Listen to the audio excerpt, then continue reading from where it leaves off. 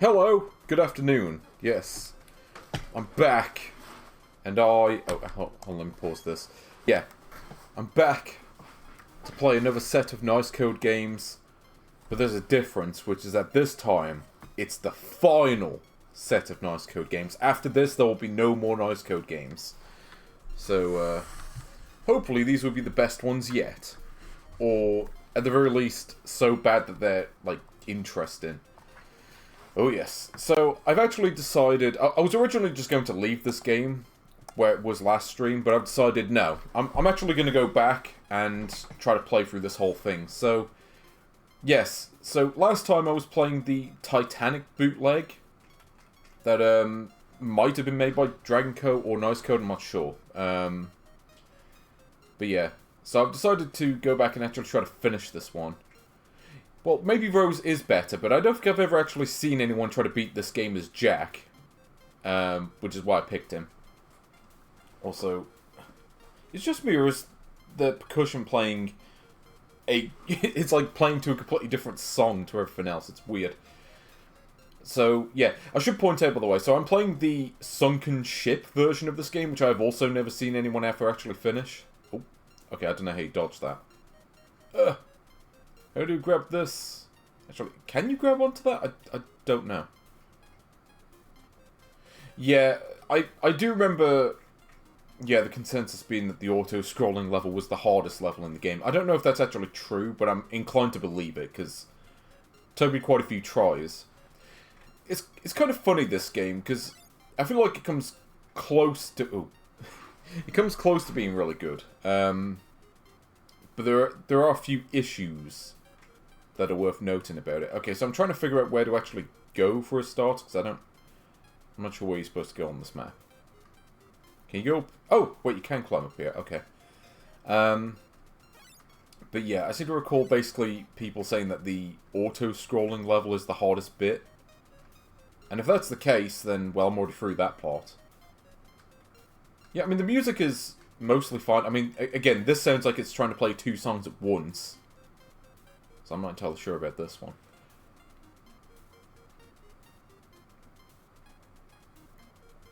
Yeah. See, the problem is, just the captain is just in my way. See, I think the hard part with this level is trying to figure out where I'm actually supposed to go on it. I don't think I can jump onto that. And as far as I'm aware, I can't actually climb onto... Oh, no! Okay, if I hold down and press A, it works. Okay, so head to the lifeboats. Yeah, I think I do have to do that. Tom and Jerry 3 or Lion King 5. Or, sorry, Tom and 3 Jerry. That... Yeah, almost messed that up. Oh, hold on. I can actually climb on the ropes. Oh, I see. Oh! Okay, I made it. Okay, I see. Ooh. Oh. I walked off by accident. Oops. Okay, well, now I know kind of where I'm supposed to go. Let's see if I can actually beat this. Because I don't think there are actually that many levels after this. I think... Because you got the boiler room levels, you've got the auto-scrolling level, which, again, is, like... It's difficult, but a lot of that difficulty has to do with, like, just the jank physics, where a lot of the time it look... Oh. Okay, yeah, it's like where I grab onto the platform, but then the game decides I didn't. You know, it's got that issue. It's kind of the big problem with this game. You know, it comes close to being good, but ultimately what lets it down somewhat is, yeah, is sort of the jankiness of the game. Yeah, so I think this is, like, right near the end of the game. I don't think there's really much after this. So it's basically, you beat this level, and then there's one more level where you're in the ocean. Okay, here we go. So I don't understand why he doesn't just sit in one of these boats and just wait to be rescued. Oh, okay, I assume these just kill you. Is this a platform? Okay, it is. I was going to say, I couldn't tell if that was a platform or just part of the background. Okay, I don't think the dog actually hurt you, it's just... Amazingly enough, the only thing that hurts you are the bits of iceberg. I don't know what these are doing here.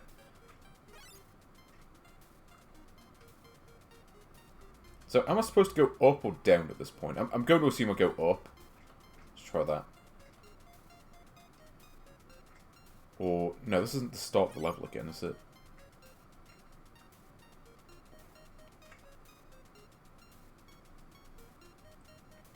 Oh, okay, I can't go up. Oh, also this looks a bit... yeah, there's something a bit wrong with the graphics here. It's like, just doesn't look quite right. Oh! Cannot make that jump. Okay, well at least there's checkpoints. Oh, you have to climb down? Or you have to climb up? Okay. Yeah, it's not entirely clear just from playing it. It's that kind of thing where... oh! Okay, you don't climb down because that just kills you, apparently. Or did I climb down on the wrong thing? I don't know. Are you sure I'm supposed to climb down? Because, yeah, climbing down just causes me to die. So, unless I'm climbing down on the... okay, so there's a rope there, but I can't actually get to it, I don't think. So if I press... no.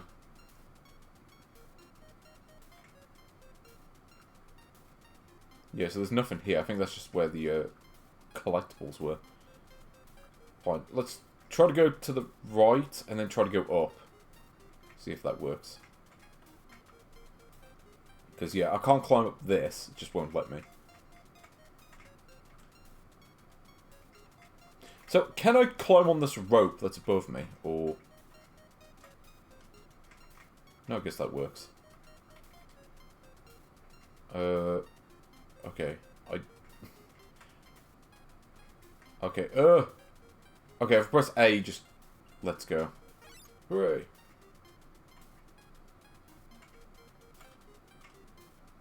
Okay, so... that time I just jumped on the spot and then fell off somehow. That was weird. At least they have a checkpoint here. Ooh. Okay, I need the extra life.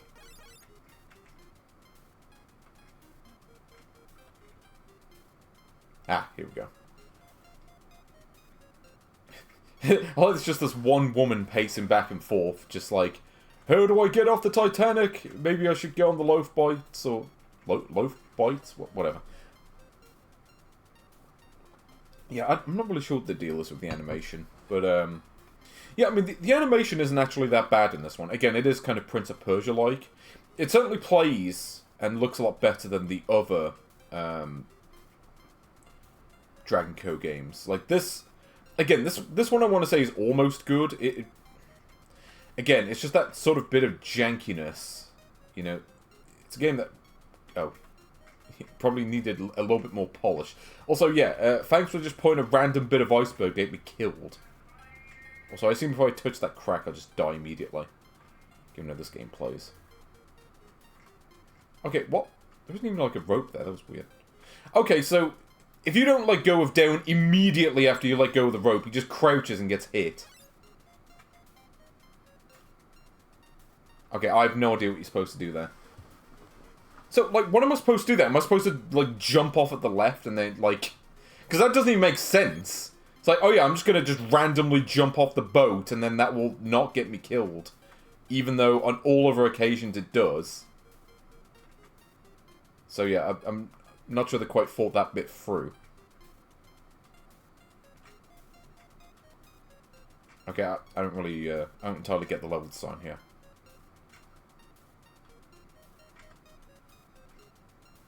So, okay, so with the iceberg bit, you're supposed to go to the left of that, but that just looks like a pit that would kill you normally.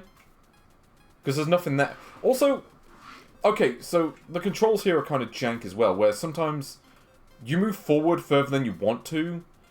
Because it like, I think it registers that I'm pressing, like, diagonal up and to the left.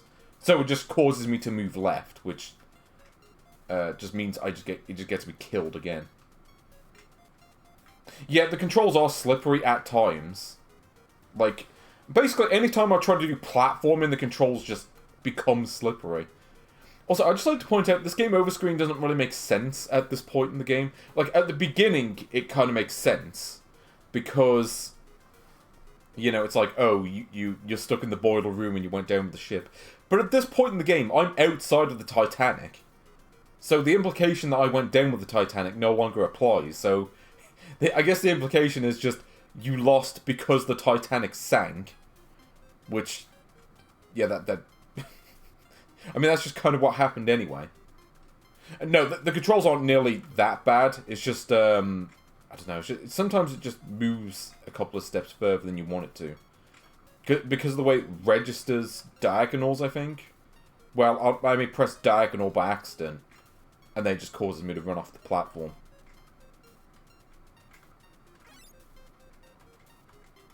So yeah, I've got to be like super like gingerly whenever I'm near the edge of a platform in this. Oh, you're actually getting a package. That sounds cool. At least this level isn't that long, I don't think. So once you know where to go, it's not that bad. It's just kind of counterintuitive at points. See, I keep thinking the dog is going to hurt me, since like just about everything else in the game hurts you, except on this level. Which is a bit odd. Oh no. So I'm wondering how, like, what the expectation is on how to get through this bit. Yeah, okay, so I guess you are just supposed to make the jump normally, but you have to be like you have to be like super accurate with it. At least they give you a checkpoint at this bit because they know that these jumps are kind of a bastard.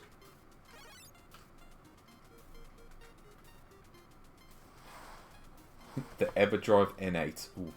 I would like to get a flash cart for Famicom. I don't have one, but it would be great to have one, especially if it's streaming. Like, because I could just stream using my AV Famicom.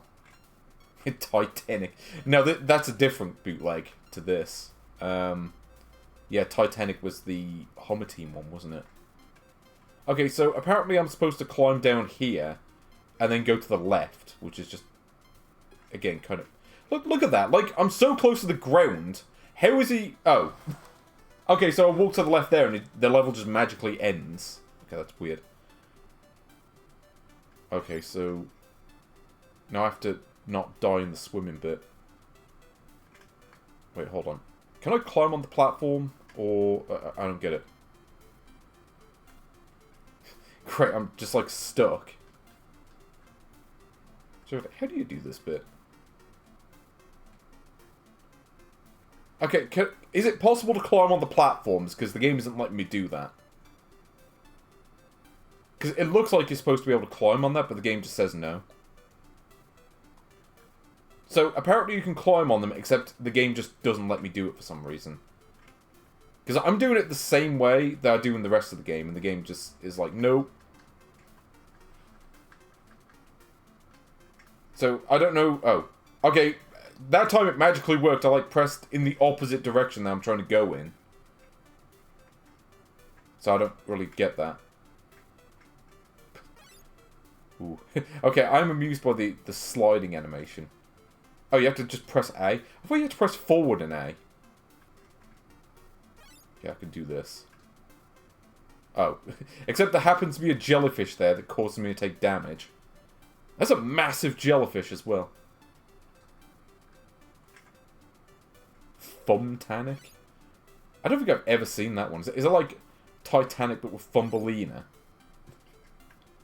I'm not sure how that works. I mean, the only Titanic films I've ever seen... I mean, I've seen, like, you know, the famous Titanic. You know, the James Cameron one. But then I've also seen Titanic, The Legend Goes On. Which, that's the one with the rapping dog. And I'm going to say right now, the dog is the only good part of that film. Everything after that is just the worst. Oh, let me guess. Does the lightning kill you? Because I feel like it would. Yeah. Like I say, the rapping dog is literally the only good thing about that film. Everything after that is just, you can skip it. But the boat's slippery as well. I mean, I am in water, so I guess that kind of makes sense. And I can't climb onto that. Oh.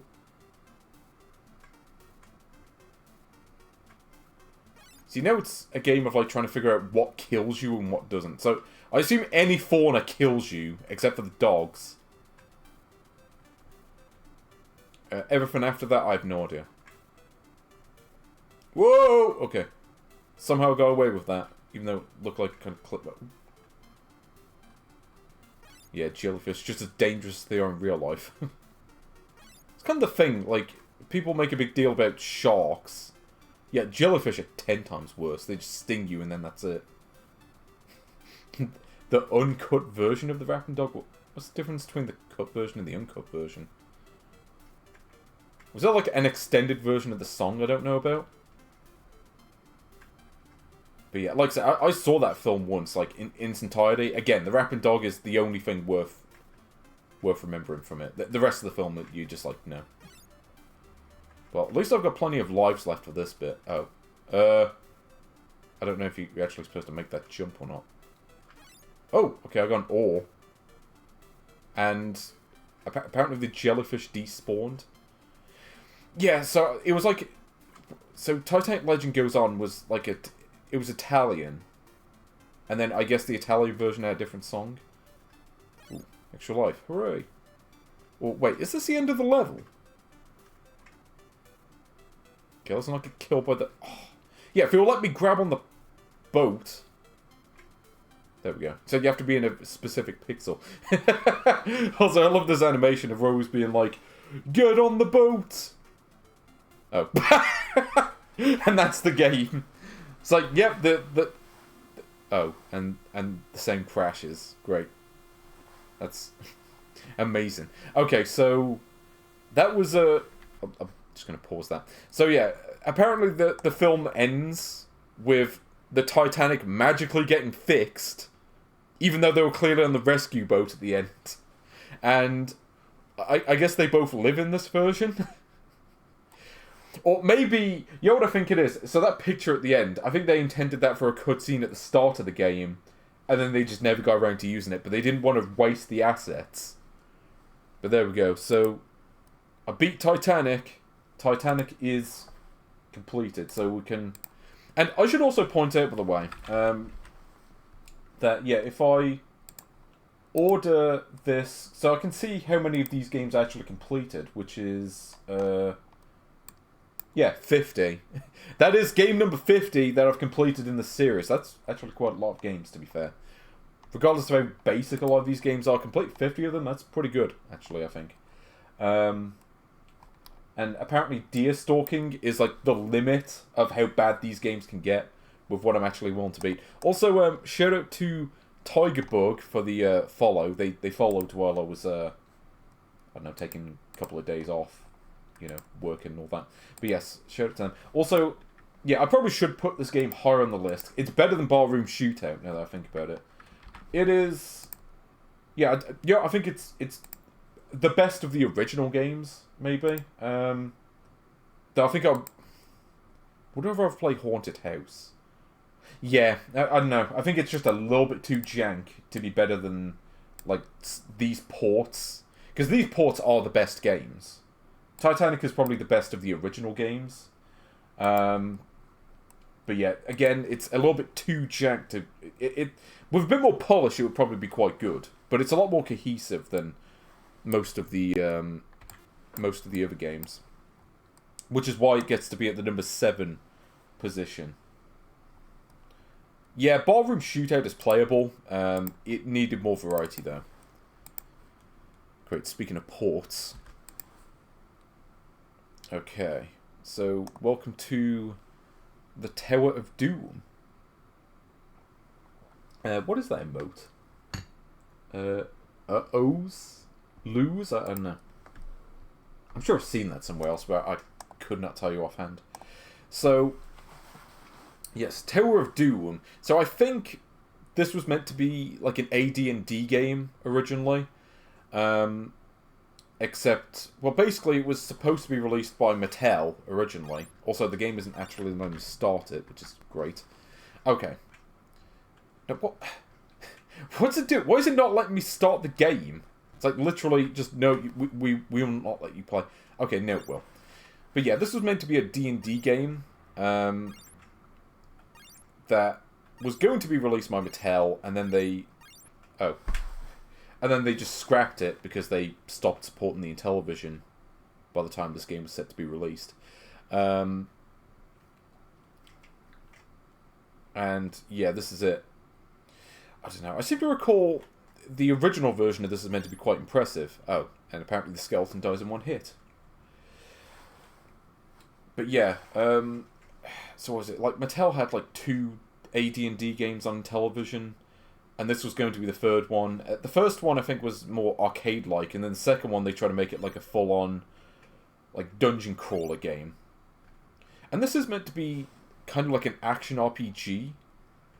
And I don't know where it was supposed to be released originally. Like, I'm guessing like 1984, if I had to guess. It was around the time that the game crash happened. Why does this thing take so many more hits? Because it's not like I aim downwards or anything. Yeah, that's just weird. Oh, it's a swimming animation as Rose, I see.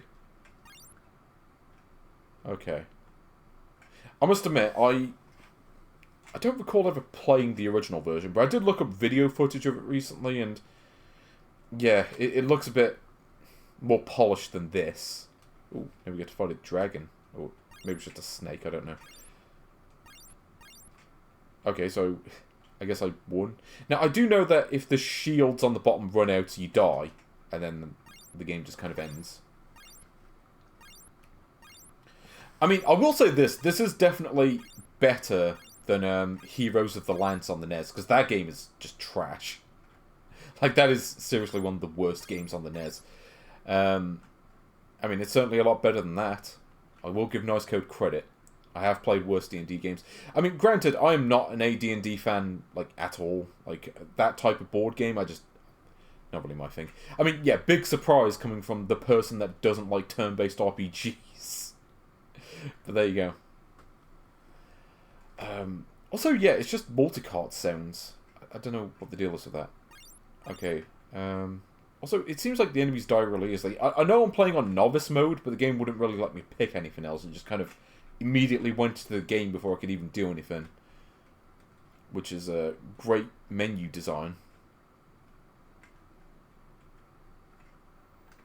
Yeah. Yeah, you can see why Titanic is so high on the list when this is the alternative. But, I don't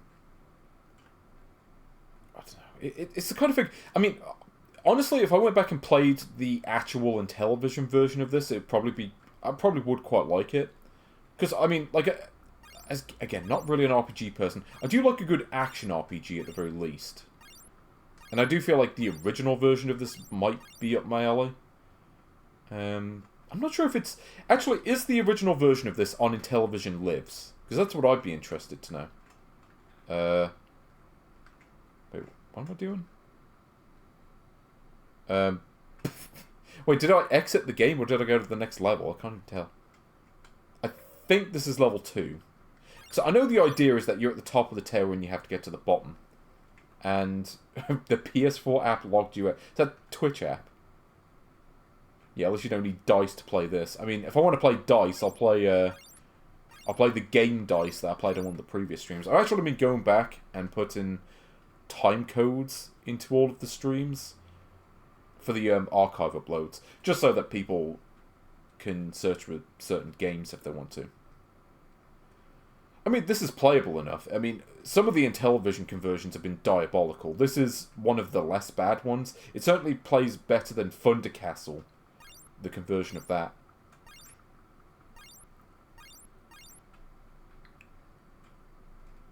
But, yeah. See, one thing I've noticed with the Intellivision conversions especially is the sounds are way off from the originals. Like, they're not even remotely close. Like, Thunder Castle, I think, is the biggest offender. And Snafu, where they have these great musical themes that just aren't in the Nice Code versions at all. Like, they just don't have any music. Okay, so Tower of Doom is on Intellivision Lives. Okay, I'm going to have to go back and play this on that once I get around to testing my PS2 again. I had a bit of a problem with my PS2 where the sensor that detects if the tray is closed just didn't work. And I've actually gone and basically taken the PS2, you know, opened it up and cleaned it. Wait, was that boot not there before? Okay, that's weird. Also, it seems like you don't take any damage in this. It's like, or maybe I'm just too good at this game. It's like, secretly I'm just super awesome at Nice Code Tower of Doom. then again, I think it is just based on the fact that I'm playing on novice mode, but... Yeah. I don't know. I mean, it's kind of funny, because one of the few RPGs I ever liked was Fatal Labyrinth on the Mega Drive. I don't know, it's the only RPG on Mega Drive I would ever choose to play. Which, I know makes me, like, super weird, but... Though I do appreciate the fact that they do have a map system on the top left. I do like that. No, it's not a problem with the laser. It was just a problem with the sensor that detects if the tray is closed. It's a different problem. Wait, there's a YouTube channel that only plays Snafu? I mean, to be fair, Snafu is a great game. Especially with multiplayer. Unfortunately, you don't want to play the nice code version. You know, AI is off, and most importantly, there's just no music. Which is like, how can you have Snafu and not have music in it? Yeah, I like Fatal Labyrinth. The one problem that I have with Fatal Labyrinth is the effects of, like, the rods and spells and whatever are randomized. And the first time playing it, there's no way to know what effects they actually have. Which makes them a bit of an arse to use. Like, Toe Jam and Earl kind of has the same problem. Which, again, was, like, the one real problem I had with that game. Which, though, actually, what really made it a problem in that game was the fact that one of the parcels that you would open, it would reset all the effects and then just re-randomize all of them, which is just cruel. It's kind of a shame, because, I don't know, it's the kind of game where I feel like if I'm going to play through it, I'd probably use save states, honestly, or like a rewind function or something, because I just don't want to risk running into that, like trying to get through that game. Your mileage may vary, but, so, where is the staircase?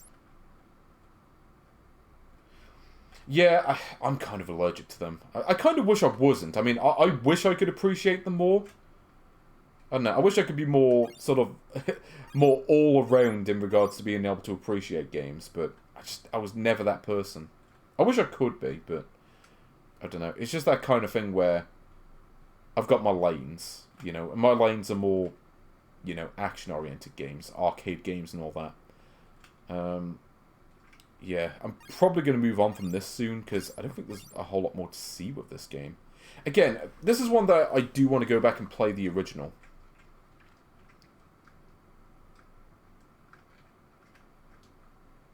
I will say, yeah, okay, yeah, that's right. You select these options, and they have various effects. Like, the one that I just picked, that gives me an extra bit of health. Like Crusader and Beyond Oasis. I haven't played those much.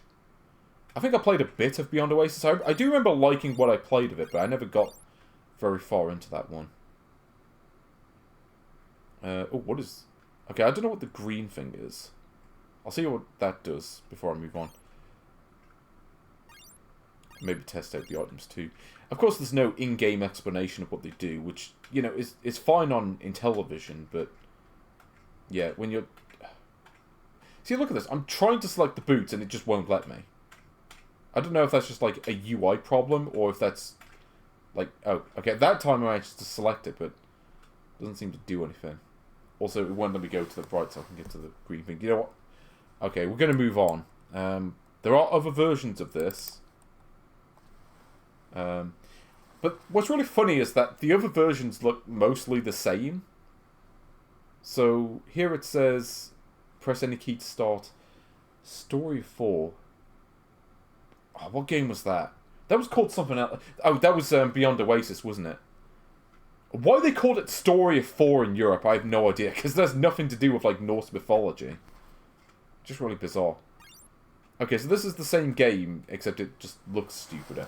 So this was the TWLS version. But then you've also got the Xing version, which is the same game, except they add music into it. And they also forgot to change the copyrights. Press any key to start. Oh. Okay, what's going on? Yeah, it's just a really weird title. I mean, that's like one of the few times where I'm like, okay, yeah, you are absolutely right to change the title for this, because the original title just doesn't fit the game at all. So, what is this?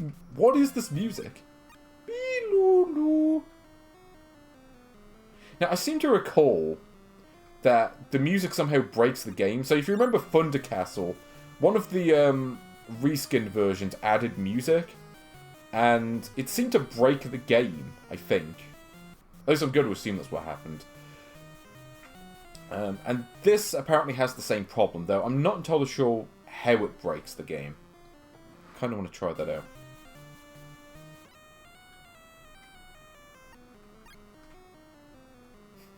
Yeah, presents to start, if only. Theme of the Jester Gladiators. Oh, yes. This game could do some jesters, I'm not going to lie. Oh, what does the magic wand do? Okay. Wait, is that just like a flying plug? With like a bit of cable? Yeah. See, we need the Orchard Cavas jams. What is going on? What is this thing? Is that... Okay, I can't even get to it. It looks like a plug to me. I don't know. So yeah, the enemies die super easily in this too. Anyway. Yeah, so that's Tower of Doom. Not great. I guess it's playable enough, but... I don't know. I get the feeling the original version is a lot better. It just felt slow and empty. And I've seen the original one recently, and it looked a lot better. So, yeah, I think I'll leave that one. Okay, so this might be a bit of a shorter stream than the others, because I've got some, like, 20 games left. And, you know, I just remembered, I do need to clean up, I need to clear up a bit of leftovers. So, on a previous stream, I tried to play the game Mini Movies, and I tried to convert the mapper so I can get it to run on the simulator, and it didn't work. But shout out to New Rising Sun, who went back and fixed the ROM, so this should work, hopefully. So yeah, so I'm coming back to this one, so hopefully this will actually work this time, fingers crossed. And after this, we'll be down to like 20 games. So, you know, we're getting pretty close to the end. Ooh, this beam's back. I like this one. Okay, let's actually go into this. So, let's see what levels we've got. I don't know if I'll do all of them, but I'll take a look at least a couple. Yeah, the line that looks like it's wearing just an orange ring around its face. So we've got the Eeg. A tail of... That's a good troll face, I don't know. A story about sleeping. It's a story about ABCOE. Yeah, it's my favourite. I do love the birthday cake as well. That one's pretty cool. Okay, so we got to do the frog level. So I think how you play this, so it's kind of like the story box thing that I played before. Except, well, that wasn't really a game. It was just a bunch of stories and songs. Also, this looks like a Sonic level. I'm sorry. Okay, let's see if I can actually remember. I'll see if I can do some sort of conclusion. I can look through the list afterwards. So what is it? So this is number 1. This is number 2. I think was number 3, 4, 5, and then 6 is the cliff. I think that's the right order. Yeah, so this is the other game, except I think this one works now. So again, shout out to New Rising Sun. So let's see what songs we've got here. I'm interested. Okay, so that's the birthday song. Okay, so this is just the Chip and Dale song. Chip and Dale. No, well, okay, it's not that one, but... Oh, what is this?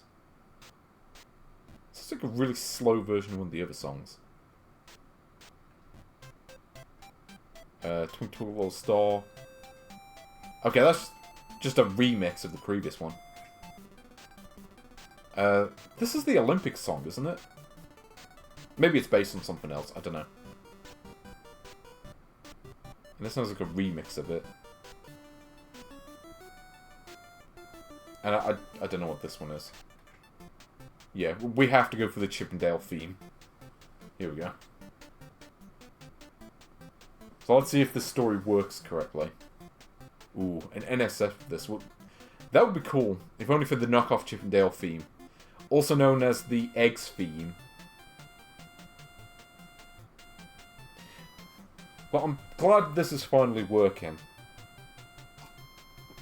Oh yeah, the Olympic theme on your clone system. Well, it could be worse. It could be one of the themes on the plug-and-play TAC games.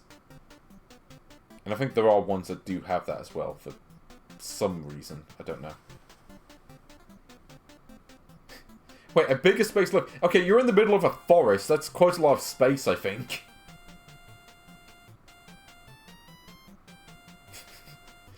No, it's Zone 0, isn't it? Zone A is like the second level. Or is it Zone 0 or Zone O or whatever it's meant to be called? I don't know. Whatever the first level is called.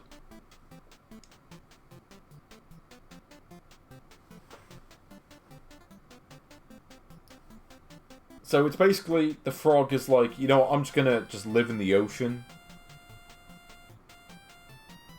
I do like the little face on the bottom left. Oh, and that's it. Oh! Wait, I wind a cup? Was it a cup with wine in it? Okay, what else we got? So, yeah, it's like, okay, so these last ones are all just generic. I might do the ABC one. So we've got to do the first three at least. I want to see how they drew the lion. Here we go. Okay, let's see what order this needs to be in. So we've got hole in the ground, side of the hole in the ground, generic forest, forest with a stump, larger trees, and then like more trees. Yeah, the music in this actually isn't that bad. Like, I don't mind the music in this at all. It's just kind of a shame that, for some reason, when it came to making all the plug-and-play games... Also, yeah, this really does look like a Bomb Man ripoff. But, no, what was I going to say? Yeah, I can't remember. So, it's just kind of a shame they didn't reuse these tracks more for those other plug-and-play games. So, I think this is the right order? Yeah, because this is the one that has the most trees, isn't it? It's hard to tell, though, because there isn't really much to tell them apart. Let's go for song 8. Because I don't know what song this is. Okay, a little mouse fell into a trap. Prayed for his saving from someone. Okay, so... that looks more like a line than it does in the preview image. That's interesting. Yeah, I once saw someone say that the Interrobang sound is the Tim Allen grunt.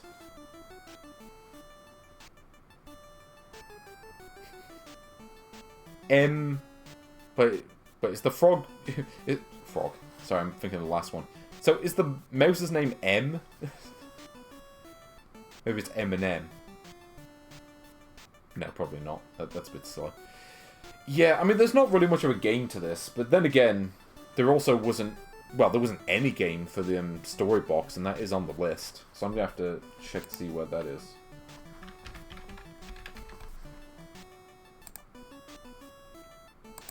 Yeah, okay.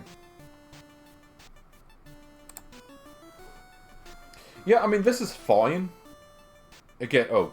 Wait, what's going on? I mean, it's one of those things, it's fine for what it is. I can't particularly fault it. Well, yeah, I mean, this is obviously far better than Animal Contest. I mean, it's more of a game than that one is. It's just, okay. It reminds me a bit of those, you know the director programs, like the Cartoon Director stuff from the 90s on Windows? Like Simpsons Cartoon Maker and all that sort of thing. So I'm kind of curious what happens if you do it incorrectly. Like if the game chastises you. So let's go to level 3. And I'm going to, like, deliberately put the scenes in the wrong order. Because I just want to see what the game does. So, okay, we've got nest egg, and then we've got camera panning up, then to the side, then just grass, and then just water, I guess, and then just trees. Okay, let's see what happens if I do it backwards. Let's try that. Or actually, I'm not going to do it backwards. I'm just going to do it like this.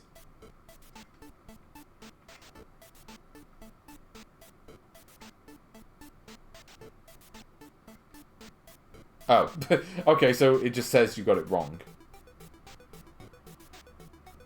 Is that it? Oh, okay, it just resets. So, I think... This, I think, is the first one. 2, 3... Okay.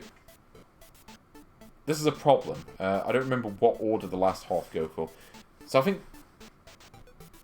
This, I think, is the last one. Or, not the last one, it's the fourth one. I want to say that's the right order. Okay. So, okay, if you get it wrong, it just makes you do it again. Let's see what this is. That's a great face, by the way. It's like something you'd seen in an Inventor ROM hack. Here we go. Here's Mother Duck. I'm not going to add an extra syllable to the end of that. Good! Oh, be careful. Seems like something Austin Powers would say, almost. I mean, this was around that time, so...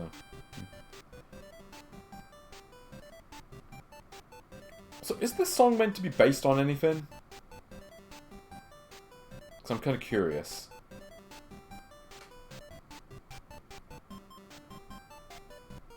That is a fake... Is that meant to be a beaver?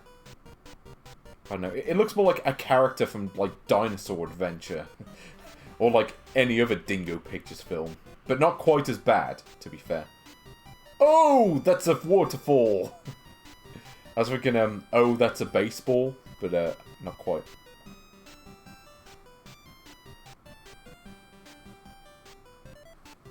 Whoa! Wait! Who's shooting at the bird?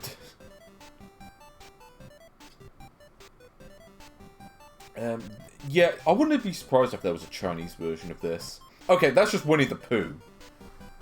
Like Winnie the Pooh, but without his shirt. Okay, you're not fooling me, game. Wait, his wife died? So, what's going on here? Okay, now we've got, like, spousal grief in the form of a kid's story. It's like, yeah, time to become a single father.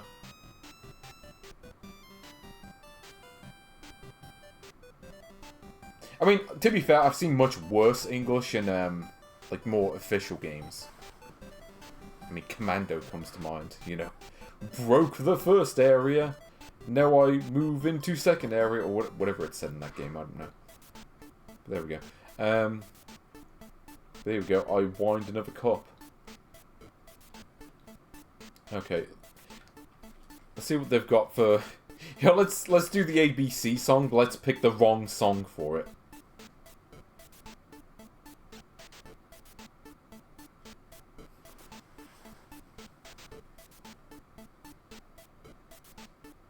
Oh, wait, how am I meant to tell these apart? So, small cloud, big cloud, water, I think, more water. Okay, so the water ones are last. God, blood and honey. Okay, I try not to even think about that one's existence. Because that's clearly just some, like, nonsense cash grab thing. Also, I'm not sure if this is going to be the right order. No, I have no idea. Yes, I am the... No, I did it wrong.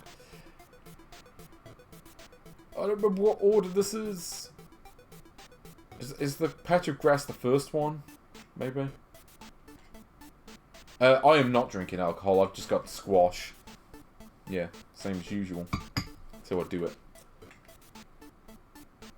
Is this the right order? No, I can't remember what the order is. Okay, you know what? I think I'll just move on. But you know what? Yeah. I'm glad to finally be able to play that game. Again, special thanks to New Horizon Sun for that.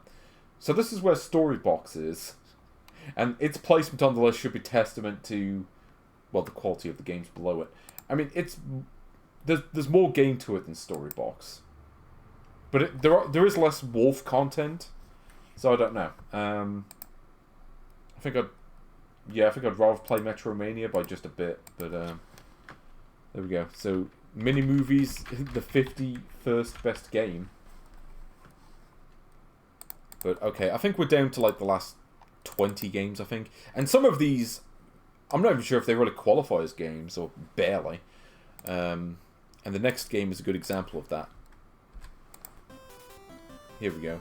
Toy Bricks from 2000. So this has to be one of their first games. So I don't know what this is. I'm not even sure if this is a game. Oh. I think the sound kind of broke in this one. It's like balloons shoot all over again. Yeah, I think this is just an art program.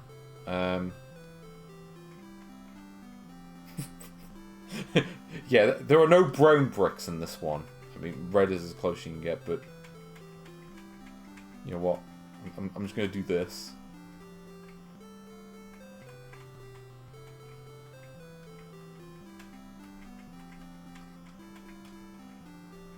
God, why is the sound so messed up on this one?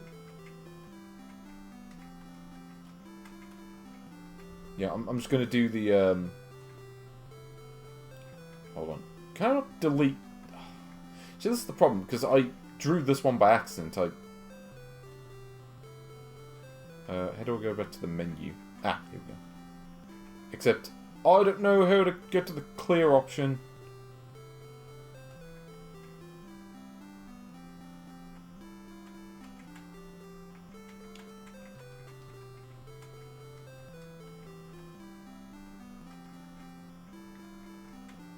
Also, yeah, the music is kind of messed up. I'm trying to do like an emoji face, but it isn't really working. Okay, like, so basically once I go into the game, I can't even select the other options. I can only pick colours.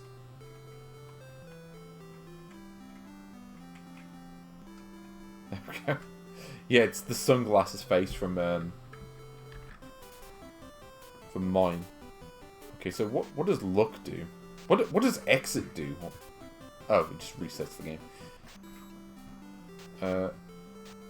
Oh, okay, so you get to look at the cool drawings that the programmer was able to do. Actually, I'll give him credit for having only 3 colours. They did a pretty good job. That's a surprising amount of detail. No, I think as an art program, I'm pretty sure Videomation is better than this. It's got a lot more features.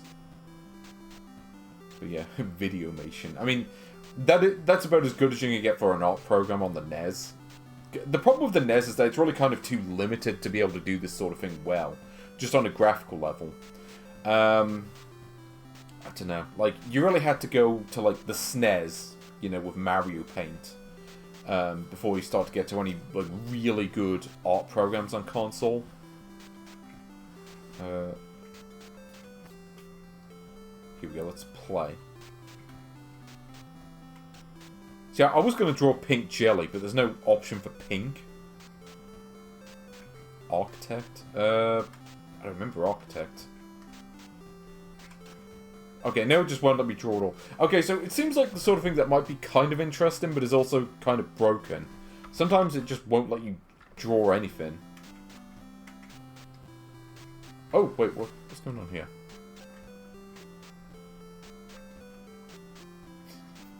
Yeah, I'm just going to make my cool drawing like this. Ah, here we go. What happened? Wait, am I supposed to make like a slideshow? No, I think it just crashed it. Yeah, I don't know. It seems kind of interesting. Unfortunately, it's also very glitchy. I guess if we had the patience of several saints, you could probably make something kind of decent. But yeah, that's not going to be happening here, unfortunately. Yeah, if only I had the skill to make a dinosaur in this. Yeah, it's pretty bad. I don't know. Again, with some, well, better UI, and maybe if they fix the music and just the programming, maybe it would be okay. But as it is, it's kind of trash. unfortunately. But is it worse than Magic Joni? Yeah, Magic Joni had that intro. And that intro was amazing, so yeah, I'm putting this more towards, like, circle racing. So we go. I like to build toy bricks. Sorry. Oh, and on the subject of toys... Yep. We're back to the terrible original plug-and-play titles. So, Toy Factory is one of the more inexplicable ones. So, the idea behind this one is you've got, like, 4 bins that you have to move, like, bombs and, like, balls into. It doesn't make any sense.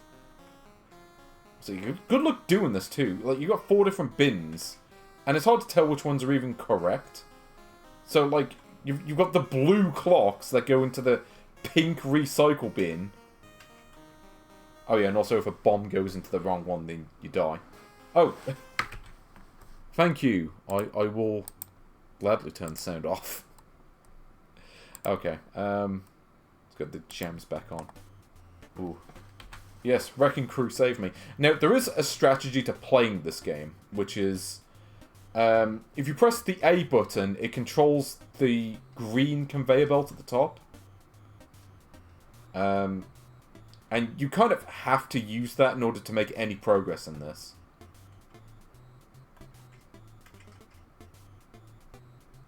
Okay, actually I'm kind of getting away with it right now.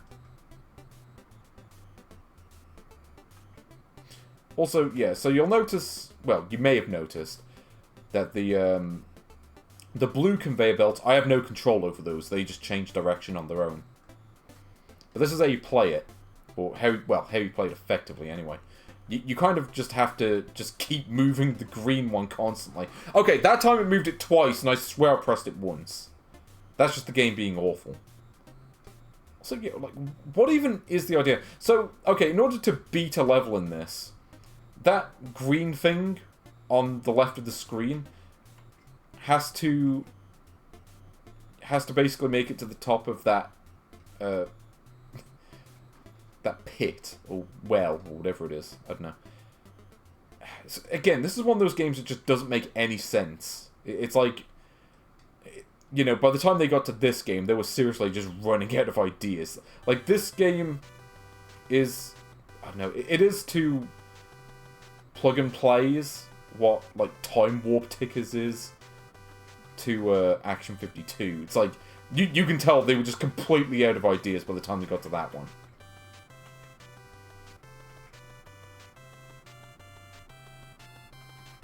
Also, yeah, if they were... So, like, if you get a red ball and, like, something that you have to recycle, like, right next to it, yeah, good luck. I mean, the game is pretty much impossible, because, for one thing, the graphics are misleading. Like, okay, if I'm supposed to put the blue clocks into the recycle bin, maybe don't make them blue, maybe make them pink so I can, like, match it to the right place. It's just terrible design all around.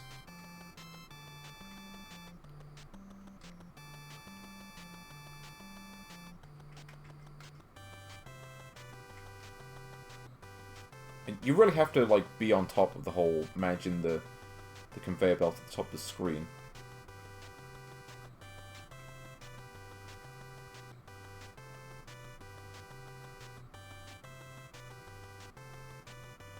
Also, I think recycling the clocks and bombs doesn't really do anything other than just get them out of the way.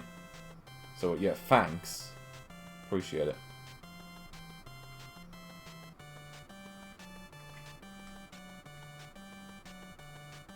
Oh. And again, the blue conveyor belts change direction constantly just to fuck with you, basically. Like that. It's like, well, what was I supposed to do there? It's like, okay, I guess I just about barely managed it to react in time. Oh, also, if you mess up at any point and have to redo the level, it resets your entire progress because the game hates you.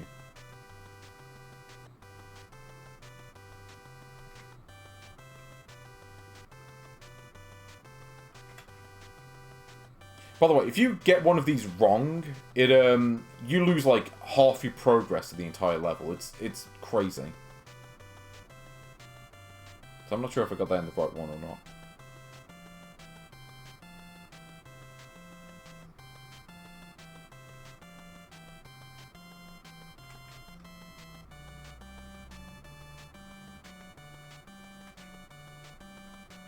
Oh, I did it! I actually beat a level.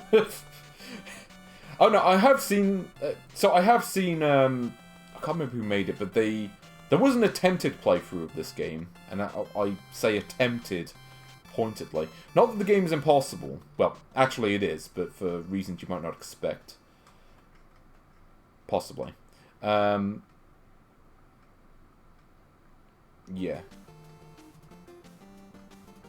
Oh, you sod. Stop doing that. I wish the blue ones just never change direction, because that's just there to fuck with you. It's the only reason it does that.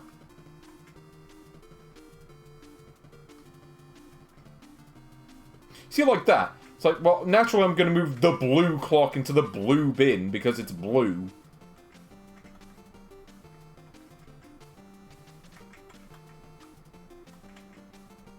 Yeah, trying to play this game seriously is, like, nearly impossible. Again, maybe don't make the blue things something that you're not supposed to put in a blue bin. Just, again, just terrible graphic design all around. Again, this is, like, one of the real filler games. Yeah, you know what, no. No, this game is going straight in the bin. Like, this is just one of the worst. And... so, what I need to point out with this game, I'm not going to bother showing it because this game isn't worth that. But basically, once you get to, I think it's level 4. I think it's level 4. You can check it if you want. But basically, once you get to that point, the game just stops working. It just crashes on the intermission screen. That's how bad it is. You literally can't play it beyond, like, the first few levels. Not that anyone would want to play beyond level 1, but still. This is not worse than Animal Contest. Like, there are elements of game to Toy Factory. It is complete trash. It is one of the worst, but it is not... it's not the worst. Animal Contest is just the worst. But, like I say, it just doesn't work properly, and it just plays like arse. You know, it's... I mean, it's better than Sudden Strike, because at least it works for 3 levels as opposed to just the 1. It's about the best I can say about it, really. Yeah, it's just... no. It's just... well, no, I feel like there is more challenge to it. There's more sense of a legitimate challenge compared to, like, the wrestling game. So I'm going to put this here. And I'm going to put NA there, because you can't beat that game anyway. Like I say, if you get to a certain point, it just stops working.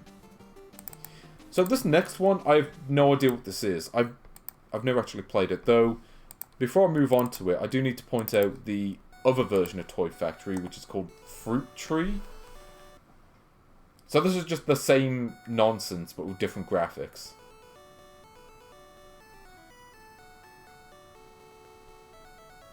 Okay, so this time... so this one is a little bit better, because at least the things you have to recycle are the same colour as the bins they're supposed to go in.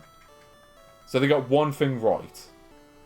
Except for that. Apparently that went the wrong one, so no, this can go in the bin. Okay, so this next one, I've never actually played. I don't know what this is. But it's called TV Baseball. So I'm not sure what this is. Yeah, TV Baseball. Presumably not VT Baseball. Oh, that's a good face on the top right. I like that. Okay, record match. Normal match. What is a record match? Select palestra? Do they just mean stadium? The red ribbon. the villain. The rival of blue ribbon. The $2 stadium. The Rambler Stadium. What even are these names? Yeah, I want the Red Ribbon Stadium. Like, I've never heard of a palestra. Wait, what even are these teams? The Field Pole Axe. Wait, is it meant to be Palace? Yeah, again, doesn't really make sense. Wolf's Clow, Backstorm. Yeah, the BS team, I like that one. The Happy Tommy and the Blue Flame. I'm sorry, I've got to play as BS. It's like, come on now. With all your favourite players, like Kevin Nash, apparently. With his famous D-cap. See, I'm sure I've seen a revamped version of this on, like, one of the V consoles. Oh, no, I remember this. Yeah, so if you remember the tennis game I played on the last stream, this is like that, except baseball-themed. I mean, okay, it's not quite the same, but it is literally just the same game where you just, like, press the button, and then the game just randomly decides whether you scored well or not. Also, I get the feeling that there's meant to be, like, voice samples? Maybe. I think there are meant to be samples in this. I don't know. But, yeah, it's just like the tennis game where you literally just press the button. Except sometimes it doesn't work. I don't know what's going on there. Also, I'm pretty certain you only bat. I don't think there's any pitching in this either. I mean, I think this is meant to have sampled sounds in it. I don't know. I mean, to be fair, this doesn't play exactly the same as tennis, but yeah, it's kind of on a similar level to that. In fact, I'd say this is probably worse than tennis. But I think you people like underestimate how bad a game has to be on Animal Contest level. But yeah, this is it. This is the whole game. Like, it's kind of funny. It's like they knew that there wasn't really a game here, so they tried to, like... They tried to spice it up with the menus. And maybe there's some cool sound that we're just not hearing. But, actually, let me check something here. No. I was trying it on the other emulator, and, yeah, it's not... There's no sound on that either. So maybe there just isn't sound. But, yeah, that's... Again, kind of trash. I mean, I'd play it over Toy Factory, but that's not saying much. It makes more sense than Intrigue. Where was the tennis game? Where did I put tennis? Tennis has to be on here. Okay, so wait, tennis is all the way up here. God, are these games really that bad that they couldn't even be better than tennis? You know, no, I know what the difference is. The tennis game had that awesome theme song. And this game doesn't, so yeah, I'm gonna put tennis. Yeah, I'm gonna put it like here. It's just slightly worse than puzzle. There we go. TV baseball. Yeah, not much more to say about that really. Oh, we're so close to the end of the letter T though, and there are so few games left after that. I'm looking forward to it. Okay. Play some twin cards from 2002. And if you're thinking that this is going to be a game where you match up pairs of cards, you're correct!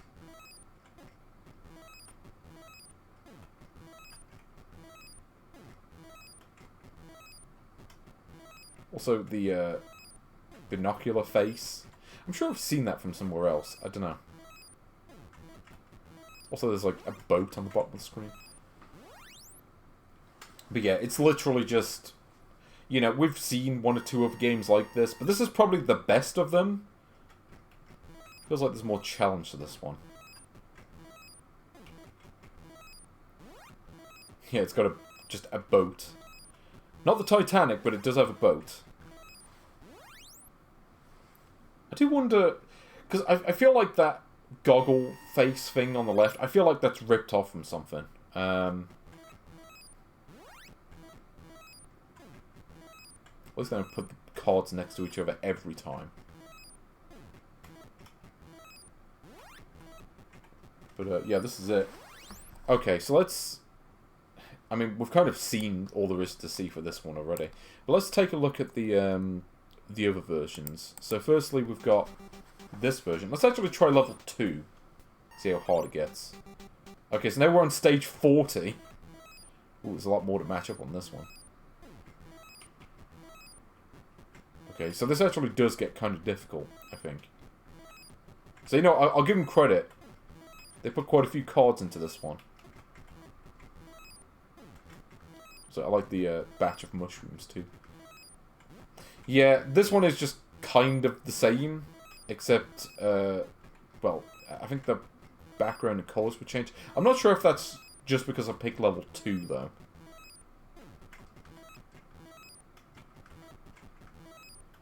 Oh, okay, I did it. Yeah, so apparently level 40, not that much more difficult than level 2, really. But what about stage 41? Maybe that's the point where it suddenly becomes super difficult. Ooh, shit looks Space Invader.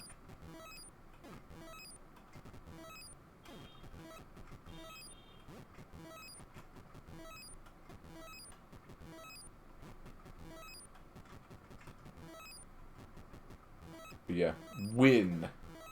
That's what this game wants to be made out of. There we go. When in doubt, go for the corners. Yeah, they don't do the auto clear for the last 2 cards. It's basically, yeah, just a cheap way to make you lose, I suppose. Wait, who's honking in the background? Yeah, unfortunately, I don't think they'd be able to hear me telling them to shut up. But yeah, that's it for twin cards. But there are more versions, of course, because there have to be. Such as 2 cards. When 2 cards go to war, porn is all that you can... Okay, so... Now you've got like a glitchy looking banana, I think. Okay, so I guess this one they just removed half the graphics and called it a day. And now we have... Ilk cards. That's a great title. Yeah, Ilk cards. Yeah, where is the Pikachu version of this? Oh, there it is. Yeah, it's Ilk cards. Okay. We found him. Pikachu had to get one last appearance before I finished these streams. Or this series of streams. But there we go. That's your Pikachu content. But anyway. And of course, there are VTO-free versions of this too, because there have to be. Firstly, well, I think they're just called twin cards. Like this, for instance. So you got a better title screen. But you can't pick level 2 on this one. I like the, I like the sad rabbit face. It's me when I start one of these streams. But yeah, and then finally we've got the Xing version. Oh, wait, the music. Hold on. Wait, is this the Peter Gunn theme? I think that's what it's supposed to be.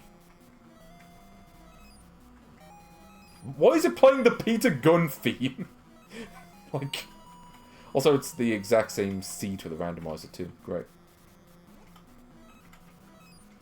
It's like, yeah, we're just gonna include the Peter Gunn theme. I mean, if Spy Hunter can do it, so can we. I don't know. It just seems really random to put it in the card game, though. Anyway.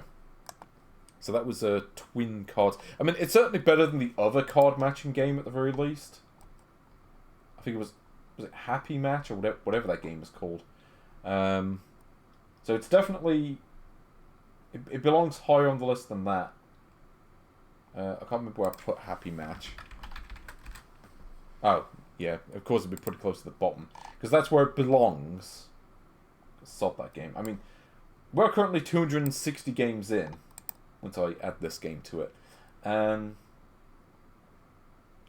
Yeah, I think Mo Dao G might be a better game, though. So we go twin cards. Pretty sure it doesn't end, or maybe there's a kill screen, but I'm not going to play that far into it. I mean, at least it's more of a game than the other card matching game. And speaking of stuff that barely qualifies as games, here we go. Yes, welcome to Twin Fish. Yeah, so this is a game where you have to match up the fish. And this is it. Yep. This is the game. So you're good to tell half them apart as well. So, okay, match up with the green one with the closed eyes. Oh, there we go. Did it in like 2 seconds. So this one is, again, I've said this a good handful of times on these streams, but this genuinely is barely a game.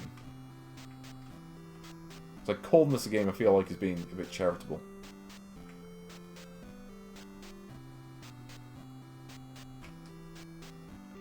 Again, like, I swear there are 2 of each that look identical. Also, yeah, the game just resets after about half a minute. But if I click on the down arrow, then it just resets as well. That's it. You can beat the entire game in literally about 5 seconds. But maybe you want to match some copters instead. Here we go. Yep. I know I've got one of these on the Gunfighter. There's a version of this on that. I can't remember which one it is. But then there's also Twin Bore, where the thing you're trying to match it up to doesn't even look the same. Yeah. And then there's also... what else have we got here?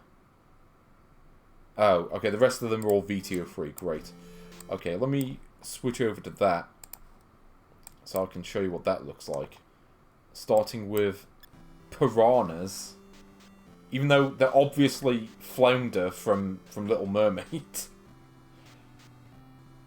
A badly miscoloured version of Flounder. Yeah. And then there's also this version of Twin Copters.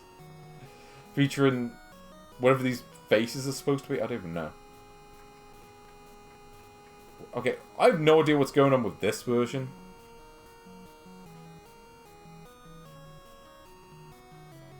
Although this music, again, sounds kind of familiar. Hold on, let me listen to this.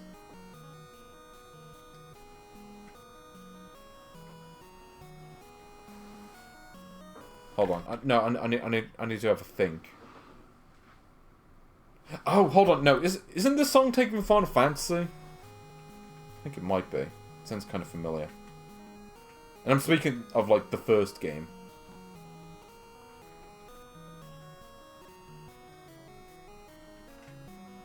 Anyway, yeah, don't know what's going on there. Oh, now we've got a differently coloured Flounder. Wonderful. Again, like, 2 of them look identical. So how are you meant to tell those 2 apart? Like, maybe there's some, like, minor difference that I can't tell. But, anyway. Yeah, not much more to say about that. It's, that's the game. Anyway, yeah. Twin Fish. I mean, can you even call that a game? It's like, does the bare basics to technically be able to qualify it as a game, but there's no win or lose state, really. It just kind of just goes on forever. And then just randomly resets. Yeah, I mean, that's going pretty close to the bottom. Played over Final Blood, but, yeah, that's... It's not. It's just... It's no. No, we shall not talk more about Twin Fish. I have good news. I do have good news. Which is, we have finally made it to the letter U. And what that means is that there are very few games left. Because there are not many games that begin with the letters U to Z. Which means we're going to be done with these games pretty quickly, I think. Assuming they don't take ages to play. The bad news is you may want to get your point redemptions ready for this next game. Oh yes. If you got points, you may want to use them on Utmost Warfare. Oh, let me give it some screen. Yeah. So, yeah. Shout out to Ken and Ovid. I'm sorry, just... What the fuck am I listening to? Okay, I don't know if you're watching the stream, Ovid. Okay, you know what you did. Okay. I'm going to find your address and then I'm not actually going to do anything because I can't be bothered. It's like... Yeah. I'm thinking about it. You know what, this... I'm like... Would you say this is... Like, what would you say is the worst Nice Code track? Because honestly, I might say it's this. Because it's just like, just a random mishmash of notes. It's as if the game has become self-aware and has decided that it wants to destroy the human race with, like... but it can only do that through just playing sound. Like, because... Like, a person did not compose the song. Like, the game had to have composed it itself algorithmically. Yeah, Tactful is pretty bad as well. In that sense. It just, like... Yeah, it is like algo music designed this. And I mean like the whole game, not just the song. Oh, we're gonna make it to the Y star. Did it say Y star at the beginning? Okay, the star is clearly red. Okay, go to the R star. Also, yeah, actually thinking about it, the Cub Adventure song might be worse. But yeah. It just smashed the keyboard. Wait, you mean, do you mean Angry German Kid? That's what that makes me think of. Also, what is this graphic design? Like, seriously, like... Because I'm looking at these graphics. So, you've got, like, stars moving about in a very choppy fashion in the background, like the blue ones.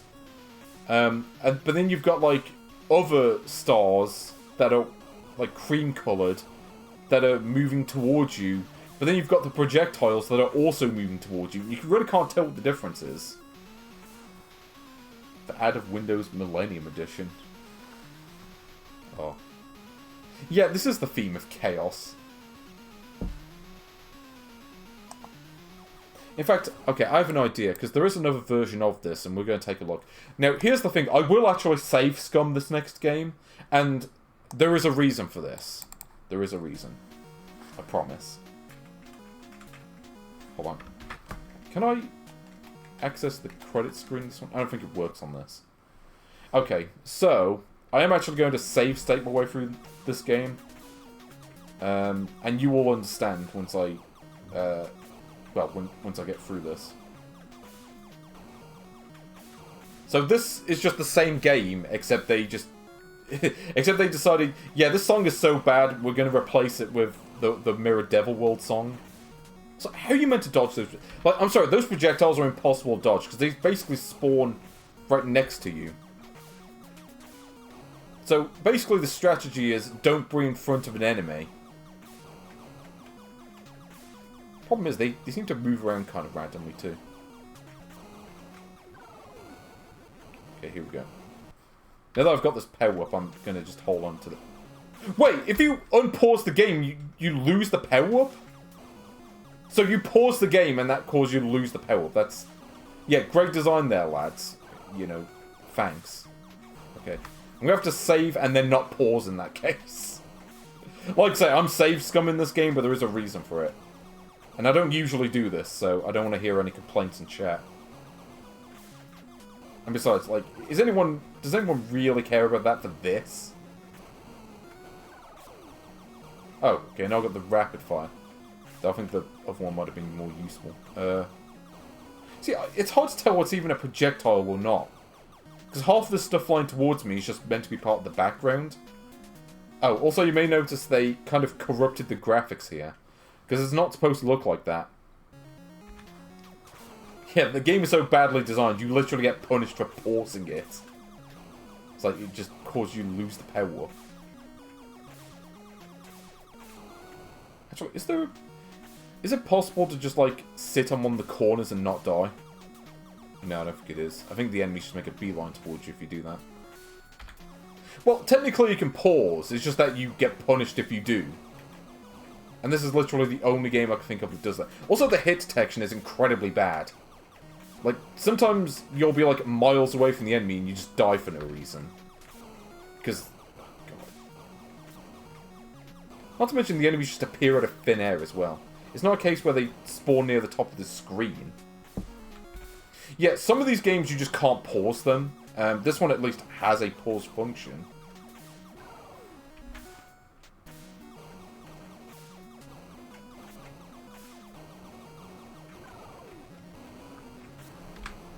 Okay, here we go. I don't think there is a strategy to playing this game. It's basically just random chance. You have to, like, just hope to get lucky and have the enemies not fly into you. Or have projectiles spawn on you. Yeah, that type of game.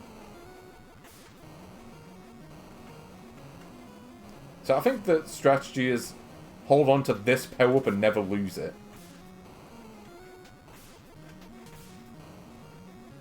Problem is, I don't remember what the power-ups do. Okay. You gotta take a quick shit. Well, I don't think Ghostbusters 2 has a pause function, though. Like that, like, what happened? Like that, I just lost my power-up for no reason. It's like, oh, new level, time to lose the power-up for no reason.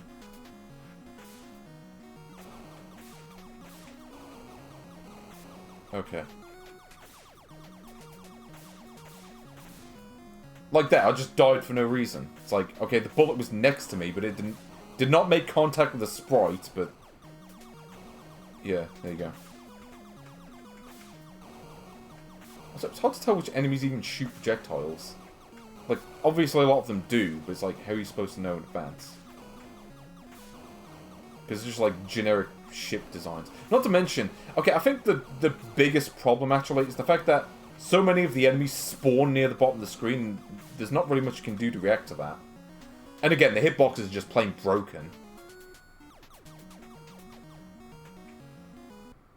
Okay, you know, I'm gonna save here. I might be able to do this. Okay, I'm not gonna save scum this level. If I run out of lives, I'm just gonna restart the level. I'll at least make an attempt. Yeah, just instant timer.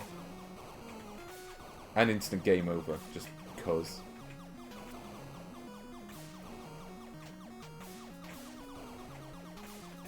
So, okay, time to go to the B star. And the G star. What is he? Is he gonna, like, come on and then just start doing a rant about Burrow Cho?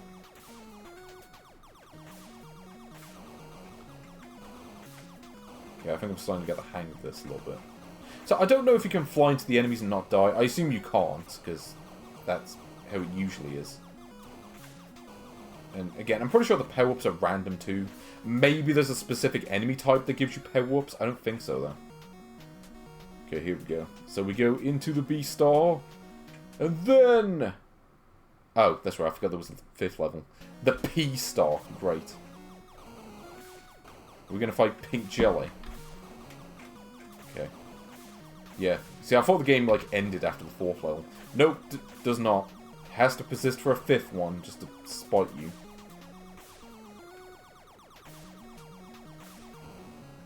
Oh. Thank you! Okay. Yeah, you know, I need this. So, the game just now refuses to spawn any power-ups. Whether that's by design or just by accident, I don't know. Like that, like the enemy just suddenly becomes bigger and I die immediately.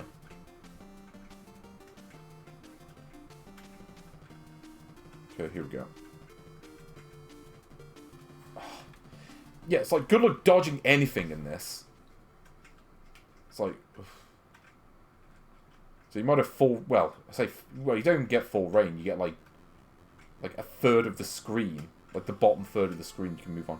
But, again, like, dodging this is, like, impossible because the game is so poorly designed. You basically have to, like, pray that the game decides to spawn a power-up. And right now, it's just refusing to do that because it's a piece of shit. Okay, here we go. Yes, we have to defeat Pink Jelly once and for all. Or, oh.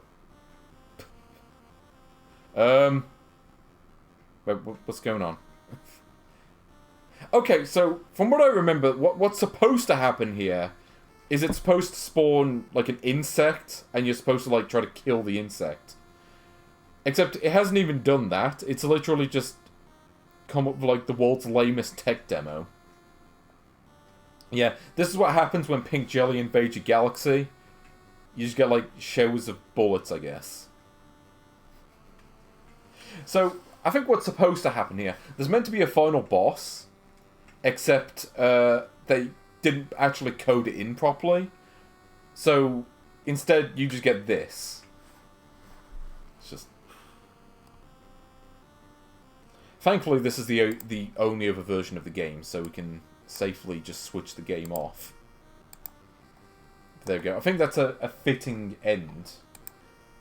Oof. I mean, here's the thing. It is not worse than Animal Contest. Because Animal Contest didn't even have gameplay. Like, at least you have to move the ship around and shoot stuff and try not to die.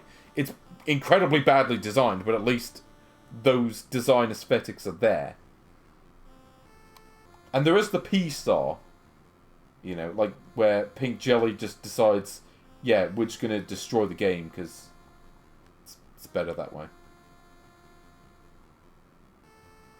Yeah, you know, now this is going, like, right near the bottom, though. Again, this is probably going, like, just barely above Sudden Strike. Yeah, I think that's right. Uttermost, yeah. And since you really can't beat that game, it's like, okay. Ooh, here we go. So this is a game that you may be familiar with if you've got a certain set of plug-and-play games in your collection like I do.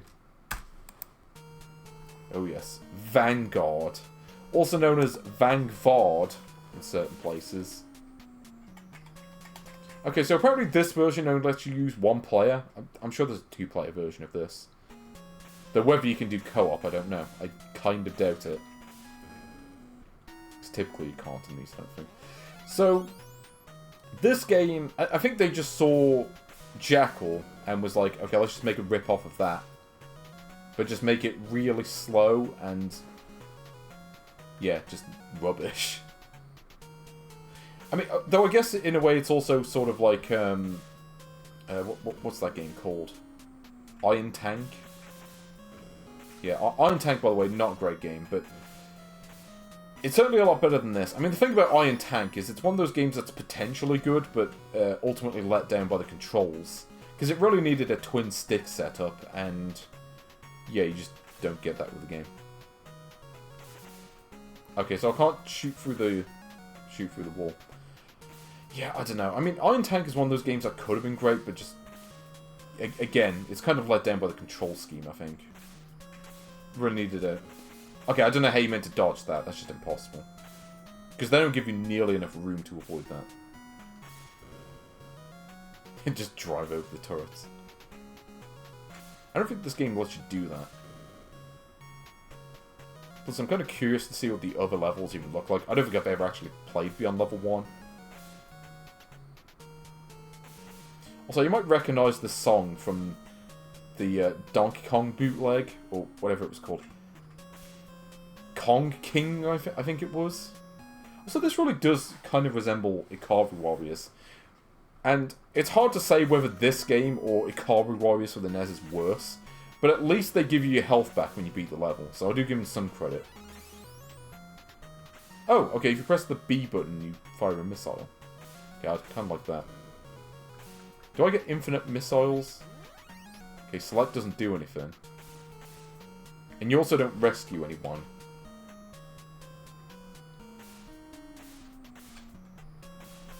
Okay, so you don't fire upwards with the other weapon like you do in the Ikari Warriors. Not Ikari Warriors, Jackal. That was it. There we go. Is there a reason to even use the A button in this? So I think you just get infinite missiles. So you basically got the same weapon twice, except I think one has more range than the other. Let me check. No. Okay, I think it might have very slightly more range. Oh, you sod. Oh, wait, did I despawn the enemy?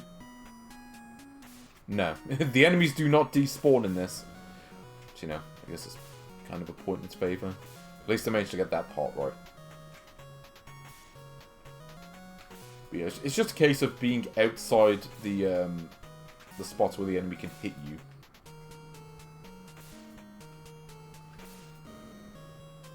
Yeah, this is it. I mean, it works. Again, it's a lot better than the last game, at least. I'll give it that. Again, it's sort of playable. Which is more than I could say for, like, utmost warfare. Oh. Okay, they threw a curveball with the planes.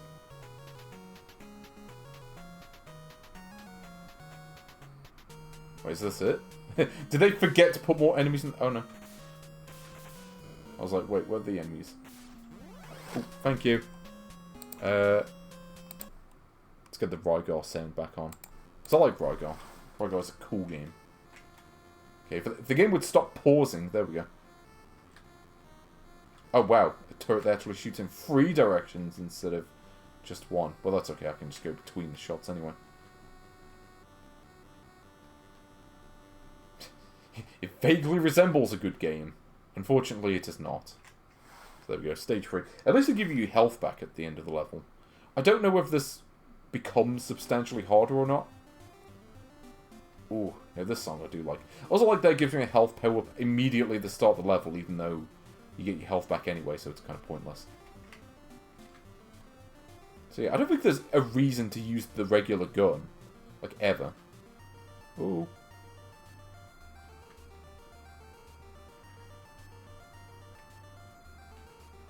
Yeah, this is the Nightmare on Elm Street soundtrack. Oh, there we go. Nightmare on Elm Street is actually a lot better than some people give it credit for, I think. I quite like it anyway. It's also really weird. It's like a 4-player co-op game for the NES. Like, platformer. Like, I can't think of any other platformer that does that until, like, Super Mario Bros. Wii on the, well, on the Wii. Yeah, it's the first game I can think of after Nightmare on Elm Street that does that.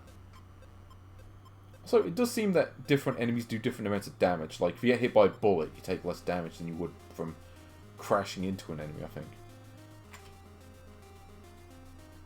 Oh. Wait, that not damage me? Because it looked like it should have, but apparently not. Also, having the missiles kind of gives me a certain advantage over the enemies, because they can... Because I can shoot through the walls, but they can't, which is a nice role reversal from how it typically is. Yeah, I actually quite like the not Atari Warriors. That game is awful on the NES. No, yeah, Nightmare on Elm Street again. I think deserves more credit than it gets.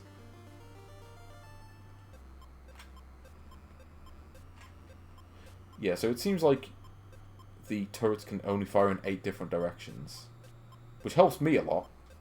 Freddy's TM coming. I always love that. Oh god, is Freddy coming? Okay, see if I can do this. Ha! Oh, no, it doesn't work. God, can you imagine Nightmare on Elm Street except they just replace the characters with a Ralph and Clark? That'd be interesting. Okay, I guess yeah, it turns out the hit detection, or... Yeah, I basically have to do that. Because the foliage hates me and wants me to die. Seems part of the course for a nice code game. Because, yeah, nice code games, just the most random things will kill you half the time. So I have no idea what the star does. No idea. Oh, hold on. Maybe your shots block their shots. I don't know. Take a drink. Okay. I'll see if I can finish this one, or maybe it just becomes too hard after a certain point. Whoa! Also, yeah, it's kind of amazing. Some of these games, the hitboxes are incredibly liberal, where they're like twice the size that they appear. Then you get games like this, where they're about half the size that they appear to be. So there's just no consistency.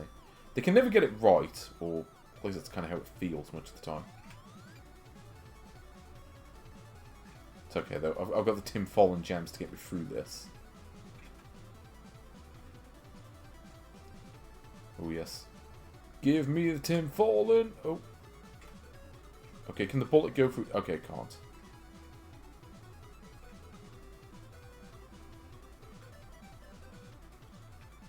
Oh no, don't tell me the levels are going to get longer, because that might be a problem for completing this.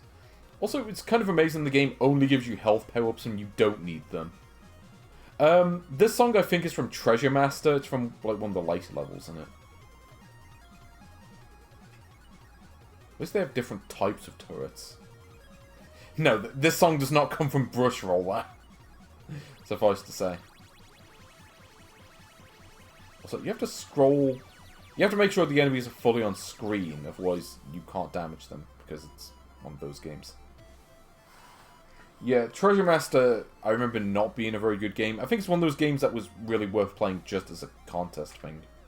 And not really for much else beyond that. So it's a game that you played because you wanted to win a prize. Actually, can I just ignore this turret and just go to the end of the level? Nope, it forces you to destroy the other turret. Great. Oh, and... No, I hit that. There we go. Okay, so you have to destroy all the turrets at the end. Otherwise you can't pass the level. So you can't just skip them.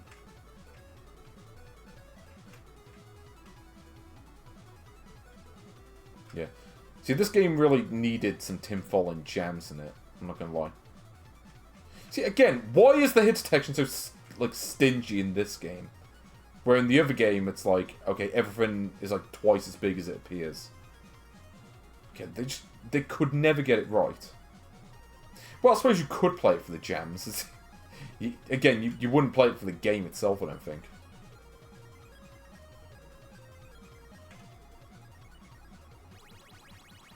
Oh, you sod.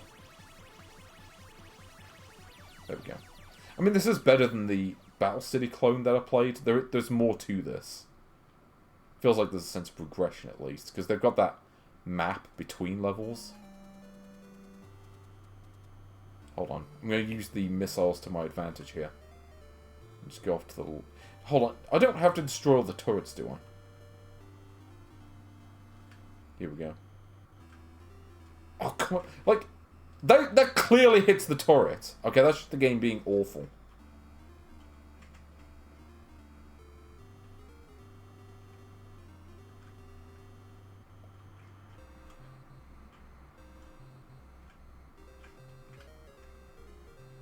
Okay, I have no idea how you're supposed to dodge that.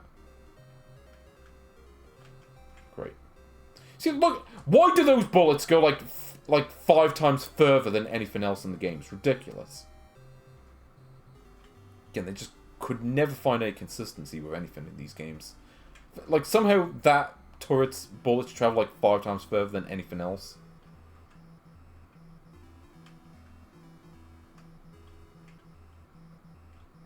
Tell this tank can sod off. Oh, and now it's going into the house, because, again.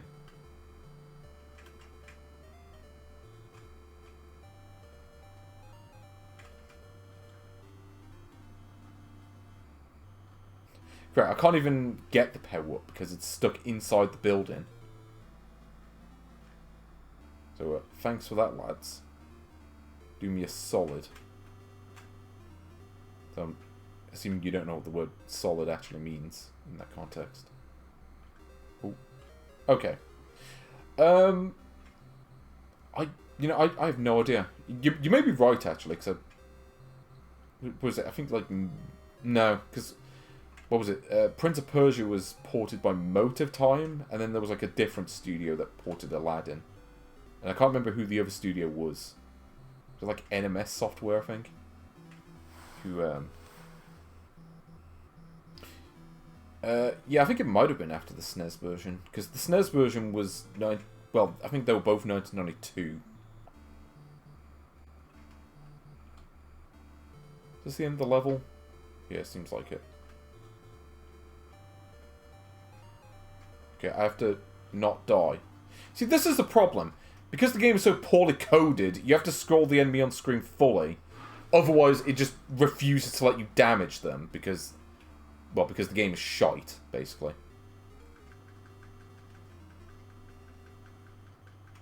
And that's it. That's basically what it comes down to, is if something doesn't work, it's probably because the coding was shit.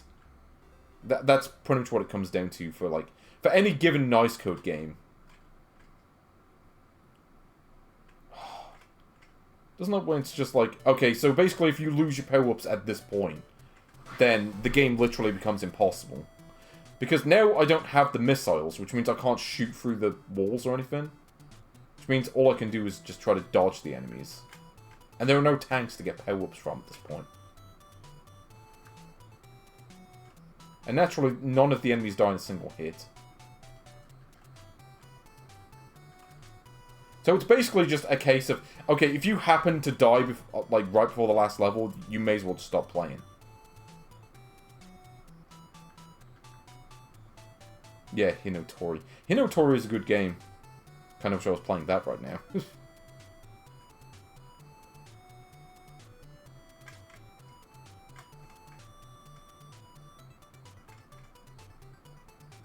Okay, well thankfully the enemies can't shoot through this bit.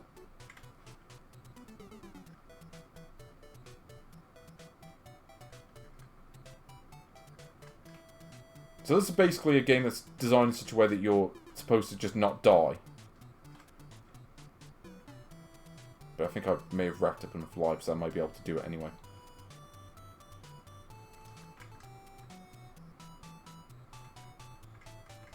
Yeah, again, maybe if the hit detection wasn't garbage, I could do this. So look at that, because I obviously hit that thing and it didn't count. Please tell me it's the end of the level. Oh, I think it is. Yes! Okay, I win. Hooray! I beat the game. I made it through the adversity of losing my power-ups. Okay. Were there any other versions of this? Yes, is the answer to that. So we've also got Tang. So I think this is exactly the same, except they just changed the name. So, yeah, really outdid yourselves with this version. With this reskin. Actually, what happens if I crash into the enemies? Well, may as well try that out. Okay, so you just take damage. But did it really say T-Ang? I have to check that now. Oh, when are we right into the turret? Okay. No, that just says Tang. Okay. And there is another version of this. So we got to get this ready. Here we go. Yes, the VTO free version. This one actually has a 2-player option.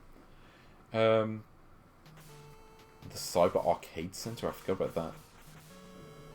Actually, I might not remember it at all.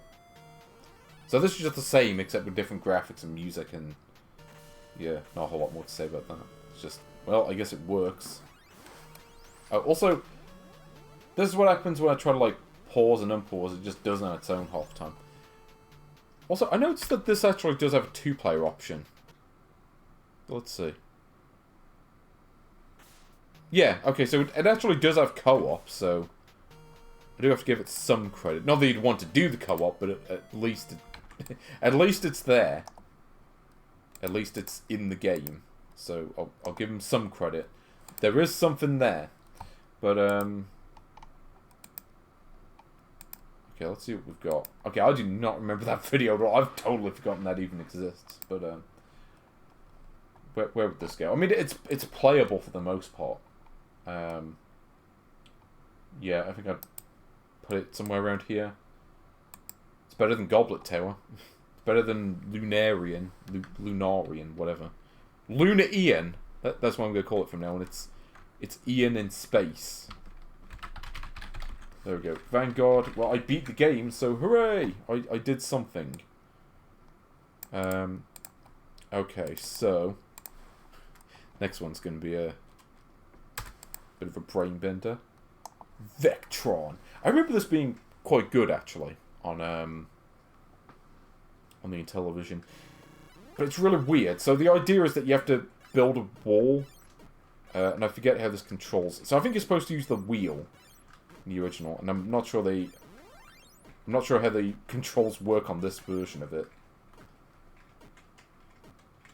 Yeah, it just seems to happen at random. This is one of those games that's quite good if you can figure it out. Like I say, you probably wouldn't want to play this version of it, though.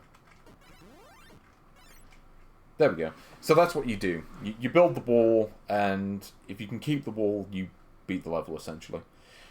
I don't know. It's one of those games that people tend to struggle to figure out. I don't know. It's one of those games that's quite good once you know what to do. Okay, tell the stupid thing to sod off. Again, you probably wouldn't want to play this version of it, because you really need, like, the Intellivision controls to really make sense of it, I think.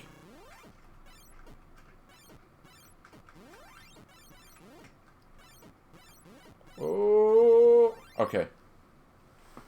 Yeah, so you're supposed to use the buttons to aim the crosshair, but the problem is, you know, they're trying to do this with a NES controller, which just doesn't have the same controls for it.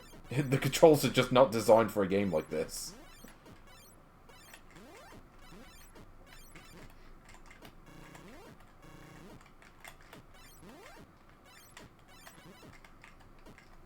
Again, trying to do this. Ugh. Okay, I can tell these stupid things I can sod off as I build my wall. Wait, have I not completed it? What's going on? It looks complete to me, but the game says no. Yeah, I don't know. either the level's broken, or I'm just doing something wrong. I don't know. But it's nice code, so I won't put it past them.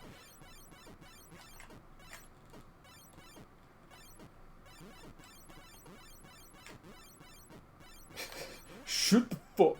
Yeah. Yep, game Oya. Because the level didn't seem to work. I don't know. Was the level broken, or was I missing something there? Because I don't think... Because I'm pretty sure I'd built the entire thing and the game just wasn't registering it. So that could just be a case where the game was broken, but it's hard to tell. Ah, yes. Vectron. You know, the classic. Okay. But we do have other versions of this to look at. Yeah, 16 direction disc. I think that might be part of the reason why this doesn't really work. So, is that meant to be a C or an L on the bottom left? I can't even tell. Plather.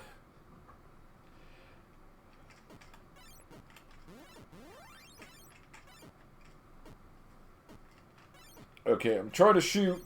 There we go. Eventually it works. Also, I don't really know what causes the game over. I never quite figured that bit out. Is it just if you spend too long on the level?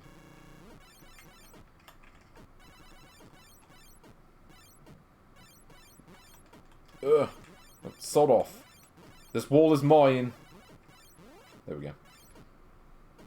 Yeah, it's the biggest TWLS. You gotta have that. Also, I love the fact that when they reskinned the game, they didn't actually bother to rename it. I know that's also the case for a few of the other Intellivision games that we've seen, but still.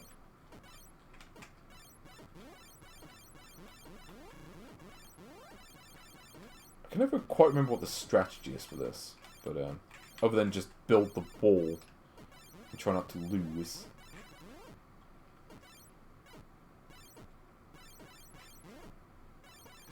Again, this is one of those games that seems inscrutable on the surface, but I think if you were to play this on the Intellivision, or at least where Intellivision lives, makes more sense. Just make sure to read the instructions, you know. Okay, I want to know, is this level actually broken? Or was I doing something wrong? So I do notice on the top, you've got like that timer that's going off. I think that's basically if that runs out, you lose. Yeah, maybe for the enemies to start eating out parts of the wall, I could do this. Problem is, it's really hard to aim at the edges. See, that looks like a... Okay, now it's doing it. So, before it wasn't doing it, but now it is. Yeah, this game is quite difficult.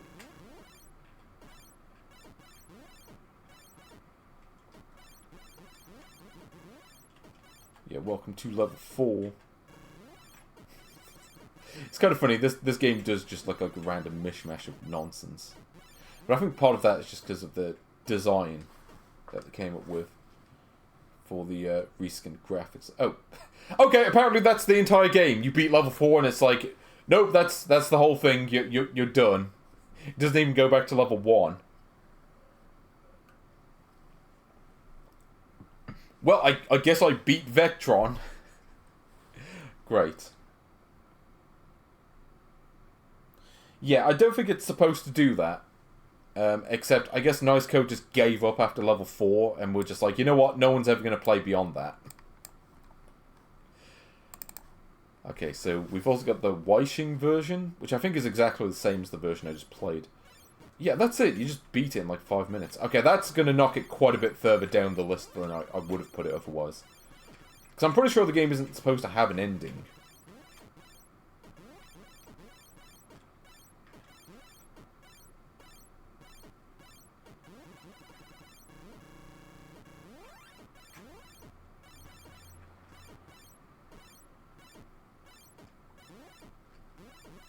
Okay, now the level's just not ending for some reason. So, okay, now the level just refuses to end, even though it was ending just fine earlier. I don't know what's going on there.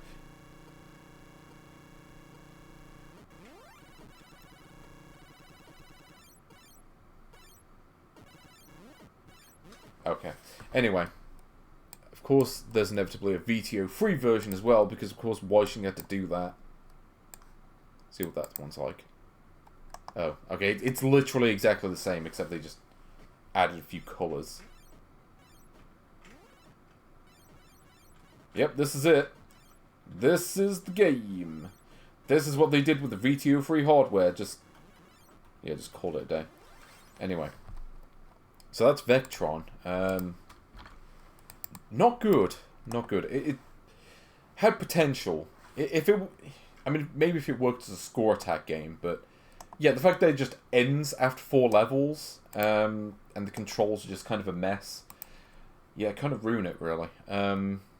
I don't know. Yeah, it's just not. It's not very good. It's better than the hockey game, but not by much. So there we go. I accidentally beat it. Because I didn't even think you could beat that one. I figured it just ended. But, okay. Okay, well this is going to be a quick one. Yeah, here we go. Welcome to Video Poker. Okay, let's see what we've got here. So, music that was obviously stolen from some other game. I don't know which game, but... I love this one note. Oh, wait, I'm holding on to this. Yeah, look at that. I mean, maybe I could have gotten a royal flush, but... You know, I'm like, I may as well win something. Let's go for a straight. Or not. Yeah, what? Okay, what, Yeah, actually, I'm just going to leave the game running for a bit. So, what game is this music taken from? This might be Destiny of an Emperor, because I know that's what they ripped off from for... was it Blackjack? Or, no, it was the Fruit Machine game. Yeah, they ripped that off for that. Yeah, I think that's what this is from. Ooh. I do like the wind theme, though. Way better music than, you know, a video poker game deserves. Yeah, let's try to go for a queen. No, okay.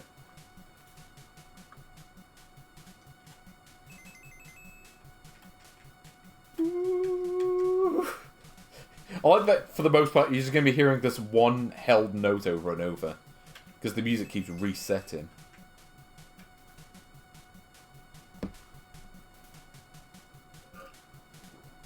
Okay. Oh, here we go. Give me 4 of a kind. Fine. Yeah, let's see if I can break even. This last hand. No. Yeah, one more. Once more.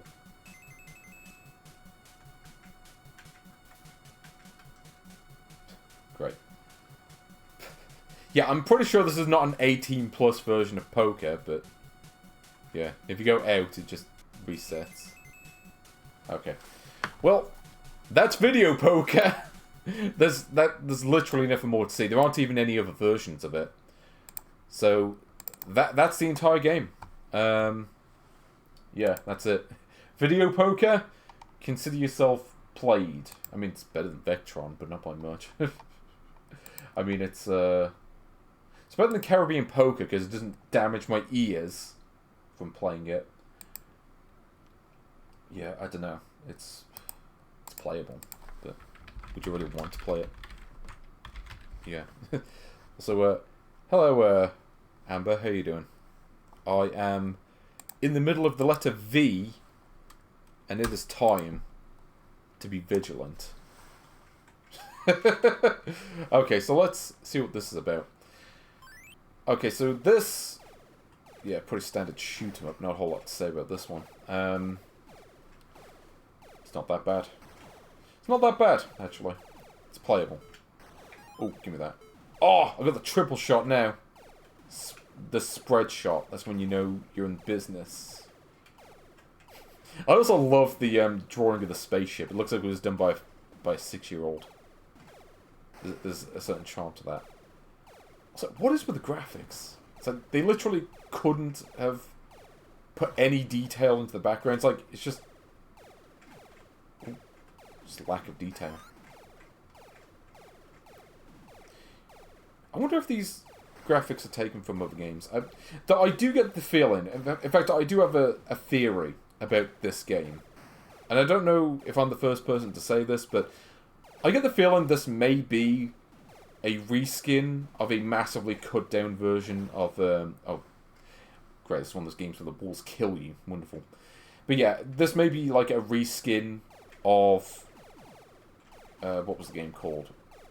I think it was called Vanguard. Not to be confused with the tank game that I was just playing, but I'm talking about the SNK game.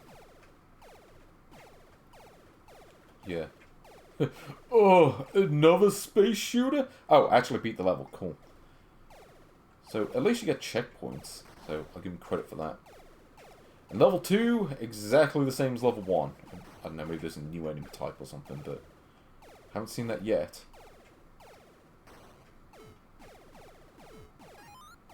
Ooh, okay, well, I've got the shot back at least. I don't know. It's playable enough. I mean, it works. Again, like I said, I get the feeling this is just a massively cut down version of like a real game.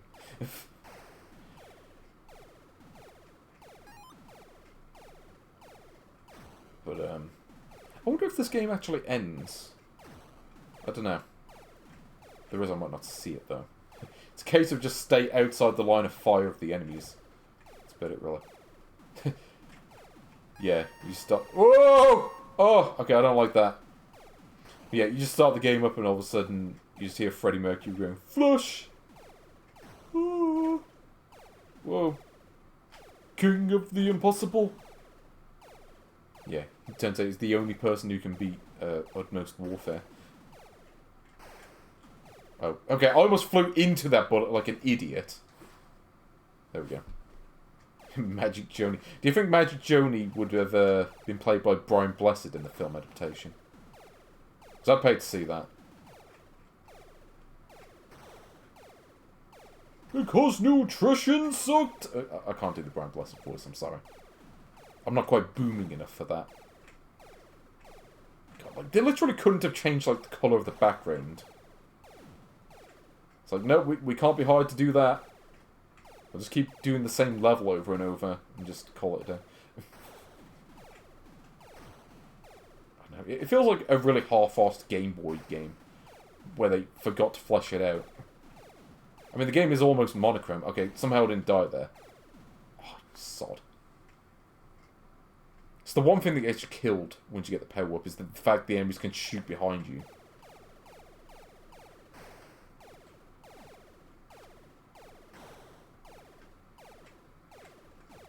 I also like that some of the enemies just look like planes.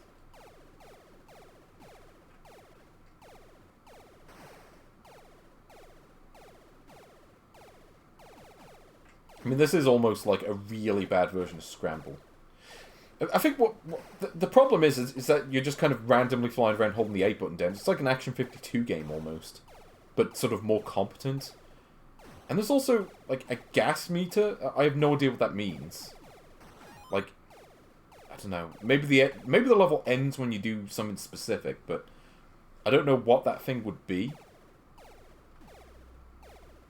See if anything changes past level 4. At least the meter refills at the end of the level, so there is that.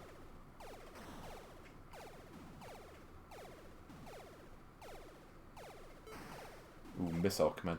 Oh, that's right. Yeah, I remember reading that Nice Code had supposedly made a missile command port, but based on the arcade version, which is interesting.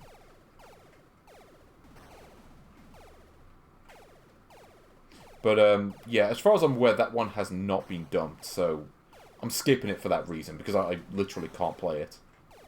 Also, why am I collecting money? Like, what does the... So the money apparently... Oh, okay, that's cool. Thanks, game. But yeah, like, why am I collecting money to refill my fuel? I mean, I get that you would, I guess, use the money to pay at the petrol pump to refuel.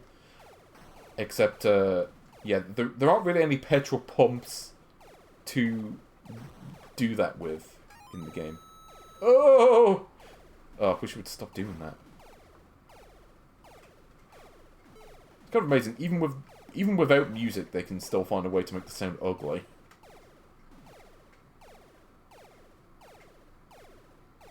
God. Yeah, I can imagine if this game doesn't even have an ending. Just, I do get the feeling that it may go on forever, though. It might be one of those games where it is just the same level. That just repeats over and over.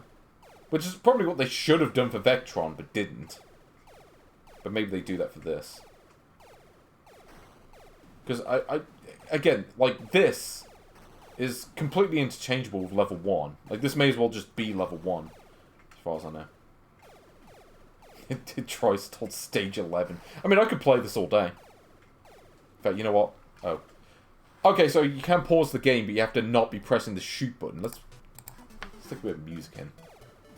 Because this game needs a soundtrack. Here we go. I think this makes it better. Maybe if we can get a theme from, like, a shoot-'em-up game. But, I mean, I've got the thing on shuffle, so... It's down to the whim of the, VLC player. So, is there an objective to this game? Or is it just a case of survive until you get to the end of the level? Because this really does feel like a more competent version of an Action 52 game. Where it's just, okay, generic space shooter... Oh, wait! Oh, I see. I was like, wait, why am I suddenly start moving down? Okay, it's because I ran out of fuel. Except, the game never spawned any power-ups for me to gain fuel. So I don't know what I'm supposed to do there. It's like, you know, it's just a case of pray that the game gives me power-ups to not die. So it's kind of more based on luck in that sense.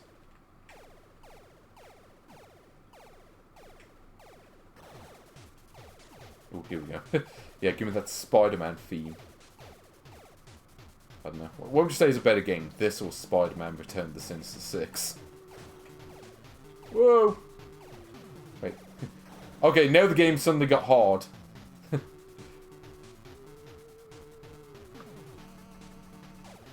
For the interest of all your safety, do not destroy vital testing apparatus. Sorry. It's the best I can do. Oh, okay, and that's it.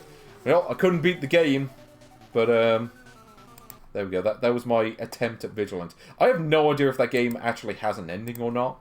If it does, I'm not going to be able to get to it. But there is also, Fairy. So this is just the same game with different graphics, I think. And with added music, but that's about it. But, yeah, here we go.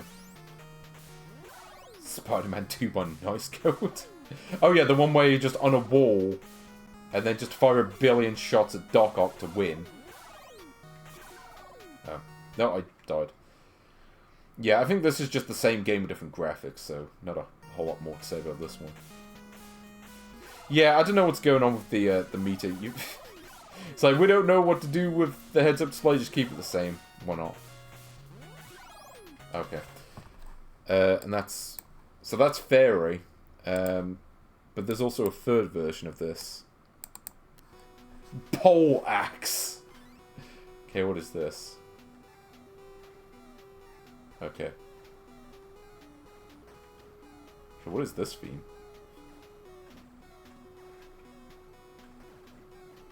Oh, ah! Because when like we get the thing. Oh no. Oh no, the theme song. Oh, what is this? So they were trying to do like a calypso beat and failed.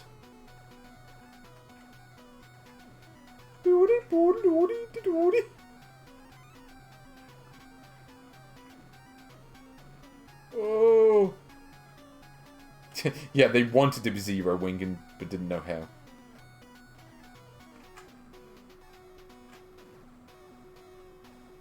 Oh, yeah, no, I'm gonna have to leave that there. that's just bad. Okay, so that was Vigilant. Not a whole lot more to say about that. I mean, I guess it's playable enough. It's a decent challenge to it, I suppose, but it's not great. I don't know. It's got the feel of like it's like an Action 52 game, but with more polish. Better what I'd say to that. Calypso James Bond. May as well be. Yeah, I'd say it's... Yeah, I think it's just a little bit better than Pulveration, but not by much. So there we go. That's Vigilant. If I can spell it correctly. There we go. I don't know if the game has an ending. I want to say it does, but I might be wrong. Okay, so I'm going to take a quick break.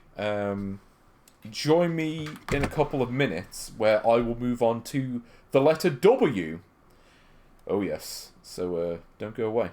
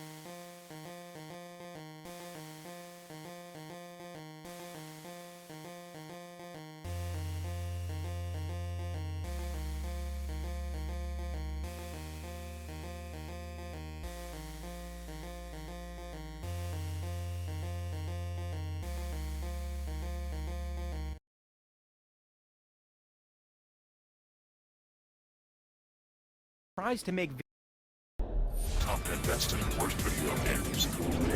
Hey, I'm Amanda McKay for GameTrailers.com. It's Gamers Week 2.0, and we are counting down your choices for the top 10 best and worst video games of all time. We're in the middle of the pack, but these next games are anything but average. Number 7 worst. We get signal. What? Main screen turn on. What do you get when a small Japanese company tries to make video games but doesn't want to drop the cash for a translator? Comedic genius. Zero Wing is a lame shoot 'em up, notable for one thing and one thing only. It's you. How are you, gentlemen? All your base are belong to us. The game is just really well known for its butchering of the English language. Zero Wing for the Sega Genesis has one of the worst and funniest translations in the history of video games. But aren't we forgetting about... Someone set up the bomb. Doesn't Someone Set Us Up the Bomb deserve a dance remix too? All your base are belong to us. Number 7 best. Grand Theft... Sorry, it came up in chat, and I just had to... I had to remind people of that clip. It's just... I don't know. I mean, what is there to say to that? Actually, I just want to highlight one of my favourite bits. Hold on, it's not that big. That's super... For such a simple concept, it's hard to believe... Hold on, where's the funniest bit? Its characters are still some of the most... Hold on, I'm trying to find, like, the funniest bit. Here we go. Jumping from thing. Rings on the big man's fingers. So firstly, Shaq Fu is not that bad of a game, and anyone who says it has not played enough fighting games. Or maybe they just really hate Shaquille O'Neal. I don't know. Yeah, it's just let's just include literally every Mario game on the list, including the ones that even like Mario fans can't stand. Also, yeah, Zelda 2. I never liked Zelda 2, I gotta be honest. I don't hate Zelda 2, I just don't like it. But, anyway. Oh, yes. This theme is back! Already. So, yeah. So, we are now in the midst of the letter W, so we can play Warzone. A game so complicated that they actually need a help screen on how to play it. Yeah, it turns out Mario's early years was actually better than GTA San Andreas. So this one's really weird. So, press the A button, your soldier will auto-attack.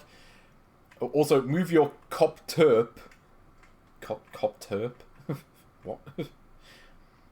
Okay, so... And then... Yeah, so here we go. See, you think that... You know, this would be like, okay, you press the A button for this one, B for this one. No. Yeah, I don't think these symbols actually mean anything. They're just there to confuse you. Yeah, it turns out Super Mario Bros. And Friends, yeah, better game than Zero Wing. It's got a better translation. Though, actually, being serious, Zero Wing's a good game. I mean, I think there are better shoot-em-ups on the Mega Drive, but... This is a solid one. Okay, let's see if I can do this. So let's attempt to attack. So here's the problem. So you press the A button to make the friendly units attack, except they don't really seem to spawn in half the time. I never quite understood it. There we go. So this is how you play the game. You just... So, all I'm doing is just mashing the A button. Yeah, this is it. Oh! Can't stop all of them. Yeah, there we go. I win! Oh, okay, that's right. There's other stages. Yeah, Twin Cobra. I'm not sure if I ever played the Mega Drive version of Twin Cobra. I remember the NES one being okay. Oh. Okay, you know, I'm just gonna, fool the AI just by doing this. So this is a game that you just play with Turbo A, and then you just win. Thunder! Feel thunder! Got that song. But yeah, Funga. The Link Travel Agency? What? Hold up, what is the Link Travel Agency? So it's like an art program. Okay. You all know what the best game of all time is? It's Link: The Faces of Evil. Because, you know, it's the one with Morshu in it. Sorry, Link. I can't give credit. Come back when you're a little... richer. Yes, this is it. So, I should point out, by the way, the units move entirely by themselves. I don't actually control them. They just kind of do whatever. Oh, wait, did I run out of units? What's going on? Okay, now the game just isn't letting me do anything. Oh. Okay, now it lets me spawn in a unit, but only one. Why does the game only let me spawn in units occasionally? I don't get that. Do I have to destroy all the turrets? I thought you only had to destroy one. Or maybe I have to destroy them on one side. I don't know. Yeah, here we go. So I'm just gonna just sit in this corner. And then just do this. Great. So the game... So I don't know what the objective is. Like, the game doesn't really make that clear. Like... Actually, let me check the help. Oh, wait, what? Okay, how did I go into the defender thing? Thunder. I'm sorry, did they really say game over? What's a game? I'm sure they gotta get that right at least. Okay, let's try the defense mode. See how that works.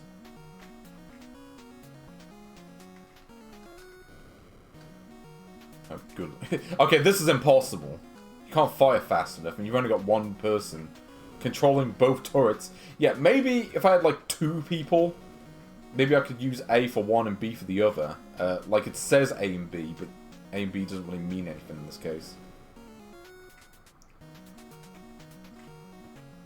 I don't know. This feels like the sort of thing that could potentially be interesting. Unfortunately, it doesn't quite work. I don't know.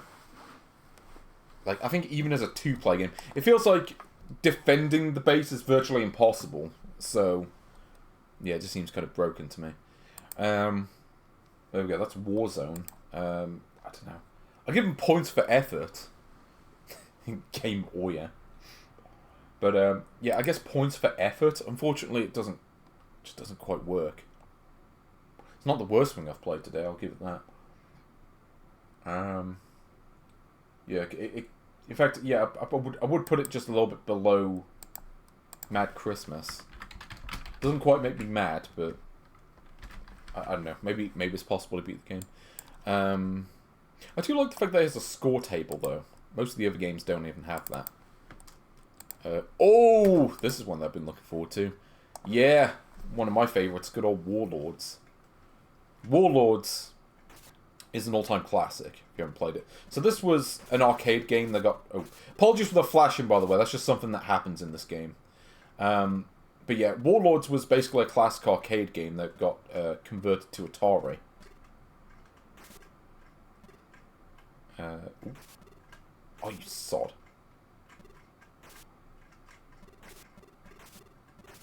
Oh. Okay, I guess the AI is just going to destroy their own base. I'll just win that way. Yeah. Thankfully, the AI is kind of stupid. And just allow their own base to get destroyed. Yeah. So Warlords is kind of like taking Breakout, except making like a versus version of it, where the idea is to destroy the other bases by destroying the blocks, but not having yours be destroyed. Ooh. So yeah. Actually, here's a question. Does this version have multiplayer? Because a two-player version of this might be great. Or having the option to play two-player. I don't know if it does. That's the problem. But, yeah, so this is obviously based on the Atari version. Oh, there we go. The green one is out.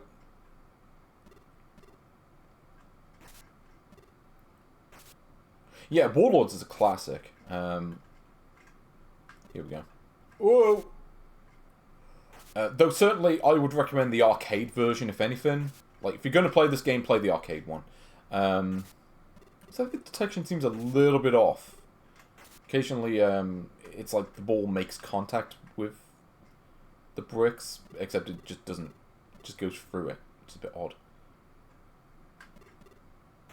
Oh, there we go. Purple is down. Okay, I've got to take out blue. So yeah, the AI doesn't seem especially smart. Oh, take a drink. Well, I'll do so once I'm finished with this game. I got a plan. Oh, okay, that doesn't work. I thought maybe it would,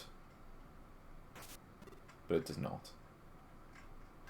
Also, so this does have the classic problem of, you know, this was basically a paddle game that, yeah, you have to play with a D-pad on this, and there's no way to change the speed of the paddle, which is kind of a problem. Though, yeah, I kind of blame the manufacturers of the Atari Flashback rather than, well, the Jelly Plan. Yeah, I blame the makers of the Atari Flashback itself rather than Nice Code, though. I'm sorry, what even is a Jelly Plan? Never heard of that. Okay, let's see what other modes are in this. So it does seem to have 2-player at least. Ooh, there's a lot of game modes on this. Yeah, let's go for mode, like, 19. What does 19 do? So I know there's versions of this where you can't catch the ball. You can only bounce it. I think this might be one of those. Actually, thinking about it, it might be best to try Game 7. Now, in the arcade version of this, you could get multiple balls in play at once, which made it quite a bit more difficult. I'm not sure if that's an option in this.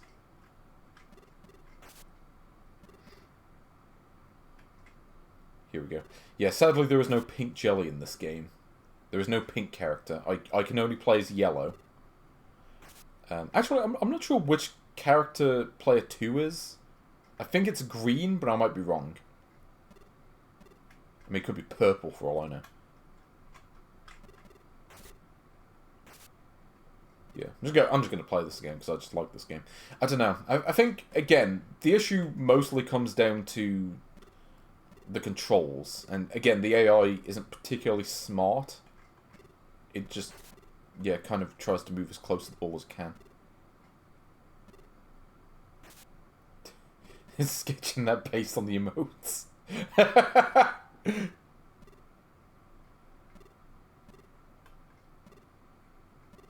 Yeah, the block. I do like that the limbs on the FB block thing, they do look like the pink jelly limbs. Whoa! Okay, that was me being a fool. This is a lot... Oh, okay, that time it just went through me. But, yeah, this is a lot easier than the arcade game. I've tried playing the arcade version before, and I was able to do it on the DS, not so much on... Oh, you bastard. Yeah, I was able to do it on the DS, but I wasn't able to do it on Atari 50. Maybe that's partially down to the controls.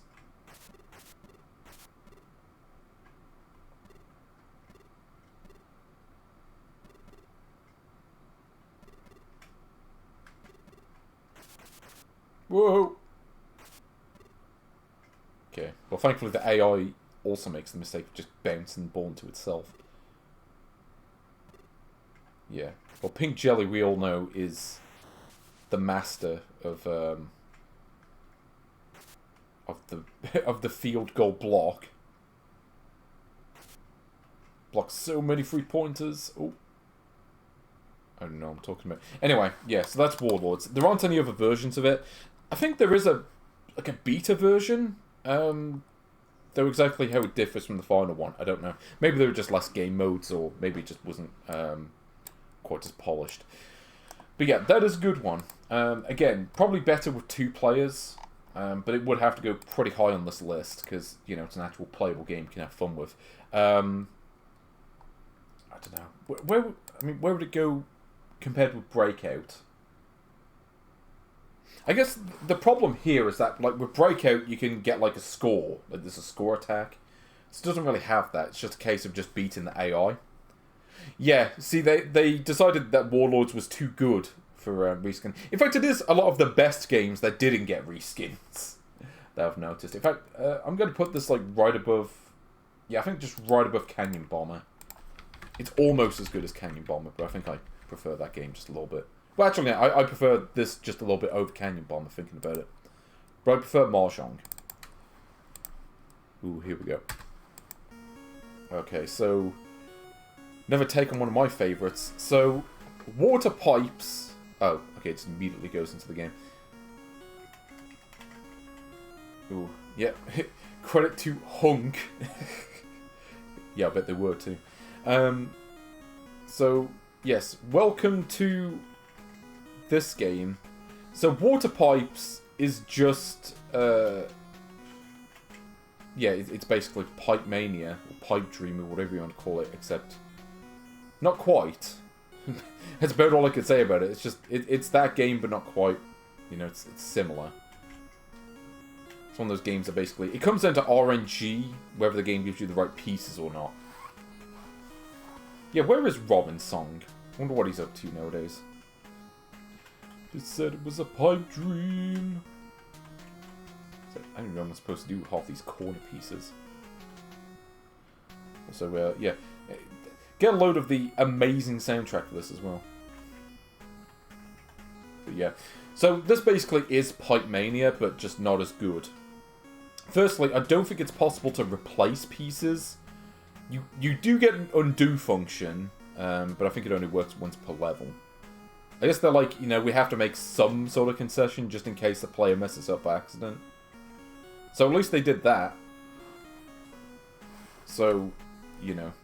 This feels more competently designed than many of the other ones. But at the same time, again, it is that sort of case where... Yeah, there are better games just like it.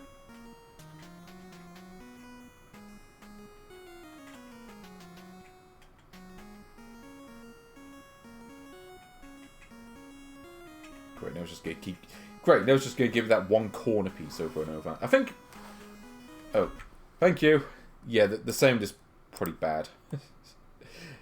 Not a whole lot to say about that. Yeah, bring me the Platoon jams again.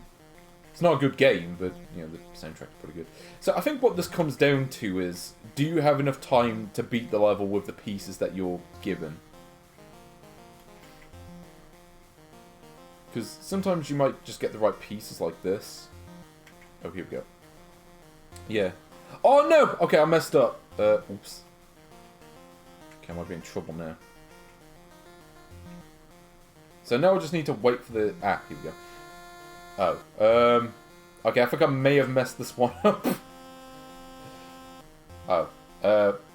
Oh, okay, that's how the undo function works. Okay, I thought it was to, like, undo the last move, but it doesn't. It basically gets rid of the piece. Because the thing about this game is you can't just get rid of a piece normally. You can't just place a piece on a different piece and expect it to work. In this, you have to literally, like... Once you place a piece down, you're committed to it.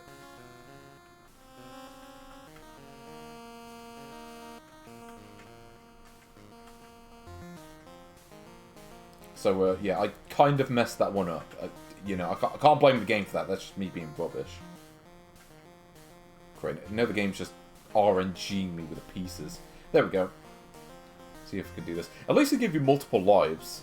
Some of the other games don't even do that.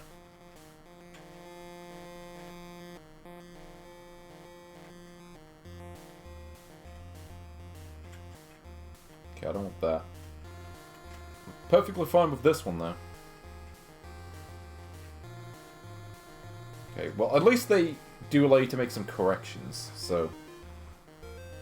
You know, from a game design standpoint, this one isn't that bad, actually. You know, like I said, I do like Pipe Mania, so...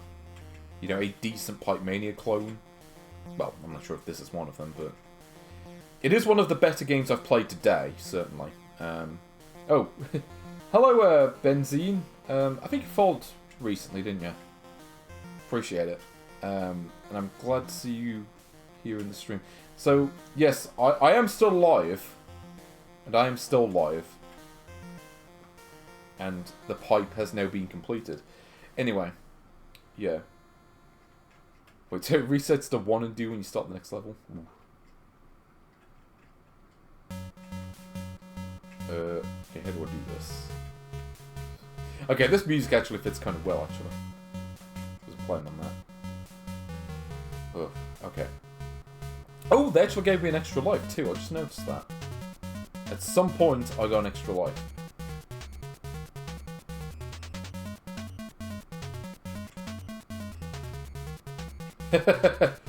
Yes, time to get the dance emotes in chat. Ooh, I wonder how many levels there are to this. Like, if the game actually ends or not. Yeah. Nice code cannot kill me. Truly, I am... Oh. Okay, do I have to connect the pieces to this thing on the right? I don't know. I'll try to do it anyway.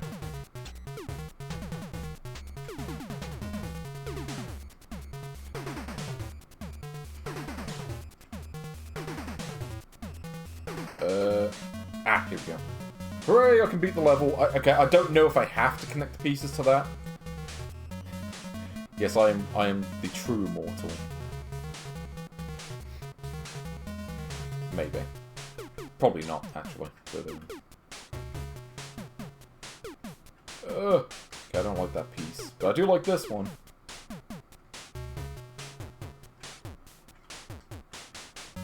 Also, is it just me, or is the timer going down quicker in this? Yeah, here we go. Yeah, it seems like the timer goes down a lot quicker on the later levels, I think. I don't know if anyone can confirm or deny that, but it feels like it.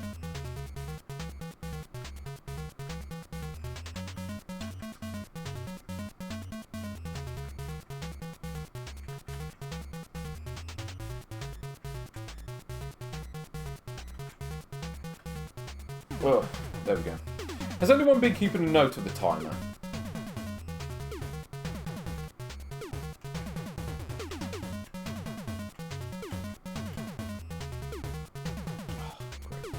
So you get a lot of like crossover pieces, but just not giving me those right now. Just being a bastard.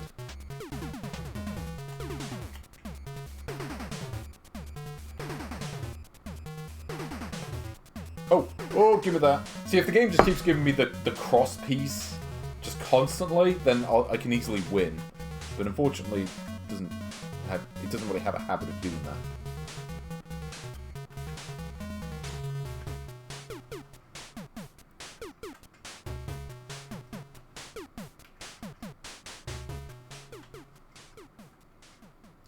Okay, so I don't have to connect it to that piece. Okay, so that helps. See, I thought it was like compulsory, like you had to do that in order to beat the level. Oh! Yes, give me the Neil Baldwin gems any day. Always down for that. That's what this game needed. Okay, that's facing the wrong way. That's the wrong way, that's the wrong way. Okay, literally all of these pieces are the wrong way. Okay. Yeah. Well, there's always time for Neil Baldwin. Just like there's always time for clacks.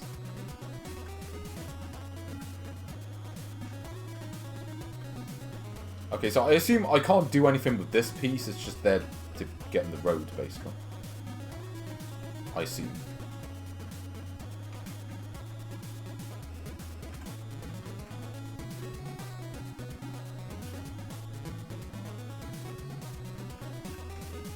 See, look at that, like... Wait, did I beat the level or not?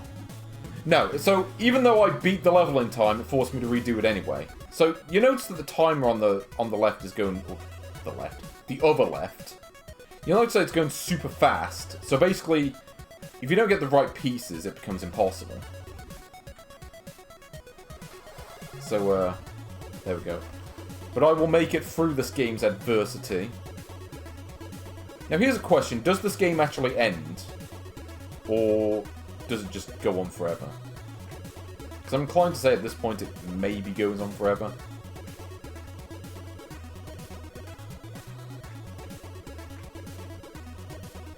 There we go. 500,000? Okay. I know what you're referencing. I feel like I should be worried that I know that. But, like, look at how super fast the timer is going as well.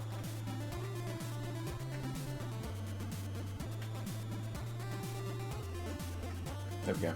Or does it go faster if you place pieces in that aren't connected to anything?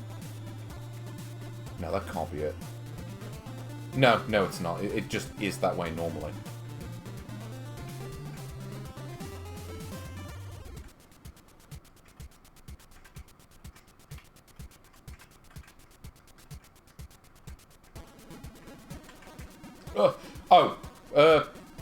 Okay. I pressed the wrong thing, but I got away with it. Yeah, it's definitely getting faster by the level. Problem is now the game is just shafting me with pieces. Like, look at this. It's like pieces I really can't do anything with.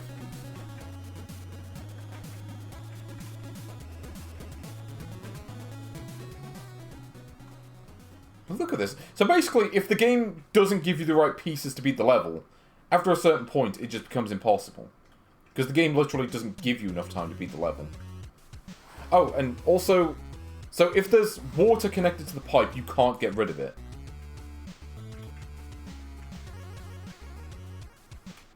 But you'll notice that it entirely comes down to, does the game give you the pieces you need to beat the level? And if not, then you're just kind of screwed.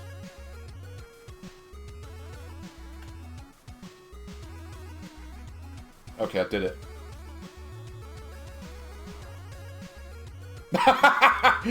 Yeah, we couldn't program any more levels in after level 20, so we just put in a game over screen. Like, we couldn't even be bothered to put an end in. So there we go. That was water pipes. I beat it.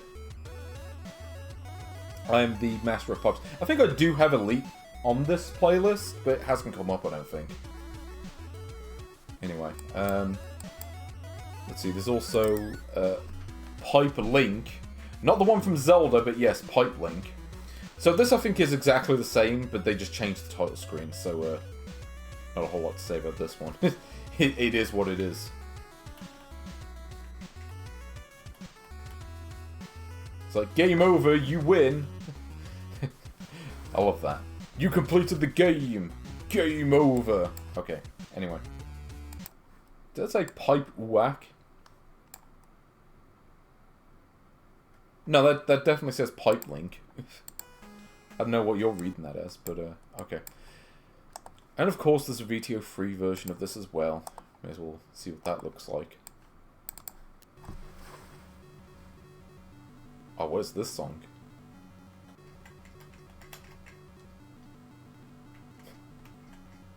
Is this music even working properly? It sounds broken. Maybe this is some hardcore drum and bass.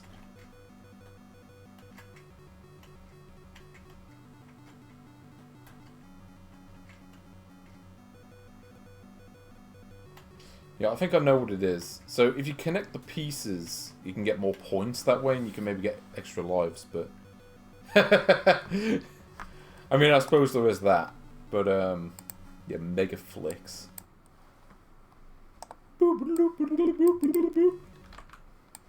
It's a great tune. Okay. So that is Water Pipes Complete. I mean, it's almost decent, but it's kind of let down by the RNG. And the fact that the timer just goes too fast on late level. So it basically becomes a game of chance towards the end. And the fact that I beat the game doesn't really fix that. But, yeah, I don't know. Yeah, yeah, I think I'd rather play Assault. Actually, no, I wouldn't. I would rather play Eggs, though. I do think Eggs is a bit better. So there we go. I beat Water Pipes. I've actually beaten a few games today. What's next? Oh no, it's one of the ones I've been dreading. Actually, the next two games are ones I've been dreading. But they have to be done. They have to be done. Fun fact, by the way, there are very few games that begin with W. I think there are more. It's just that I've already covered them, either because I covered them early by accident, or they just reskin versions of other games. But anyway. Yep, here we go. Had to play this one eventually. Yep, thank you, Hank.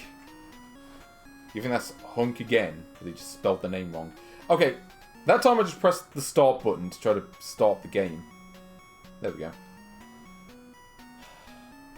So, firstly, what the fuck is with the tree on the top left of the screen? Like, who designed that and said, yeah, that's good? I don't know. So, okay, so the whole idea of this is you have to walk around and eat the things. So basically, if you remember Shark Shock from one of the previous streams, this is basically a worse version of that. Like, we've seen several variations on that game already. And this might be the worst variation of all of them. Like, it's... because you're so slow and unmaneuverable that actually dodging stuff is really just a matter of luck rather than skill.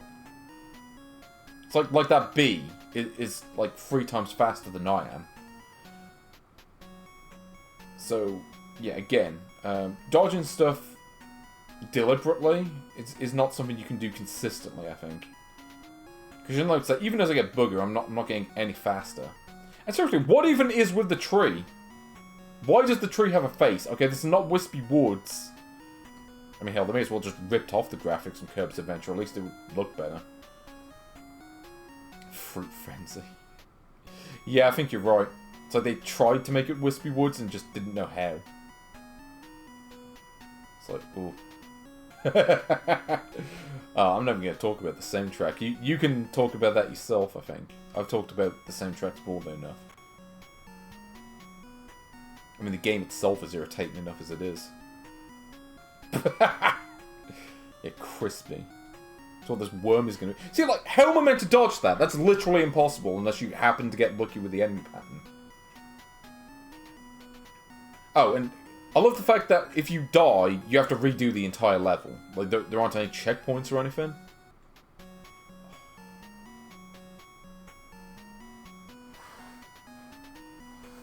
It's like, okay, let's make...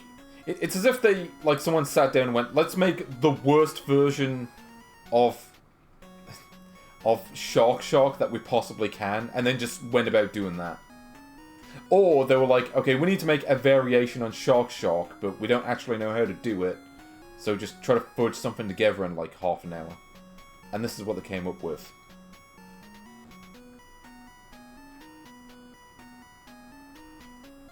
Because, again, it's like, how are you meant to dodge the bee? Like, dodging the bee is impossible unless you happen to get lucky. Which is kind of a problem. So it's... Again, this is another one of those games where progression is really just a matter of RNG rather than any actual skill. Yeah, no, Worm Visitor is way better than this. But, like, Worm Visitor is actually a game for one. A game that actually takes skill to play. Also, is this even supposed to be a worm? Okay, so that time the bee touched me but I didn't die. So again, that's just the hit detection, once again, just not working as it's supposed to. Or maybe they realised that the bee is bullshit and decided, you know what, we need to make this slightly less bullshit by breaking the hit detection. Which, not that it helps, because the game's impossible. There are not many games left. Like say, I mean, we're in W. And, you know, after W comes X, Y, and Z, and yeah, as you would imagine, there are not many of those. So, I think we're in, like, the last, I don't know, 10 games or so, maybe? I haven't bothered to count them, but somewhere in that ballpark, at least. Hype you up on the last one. Oh, I will. I will let you get hype. I want to at least see if I can beat this first level. Or if the game's just too bollocks to even let me do that. God, like, you look how slow you are. Like, even in Shark Shock, you could at least move quickly. Or certainly quickly enough to dodge the enemies. And you also cannot move diagonally.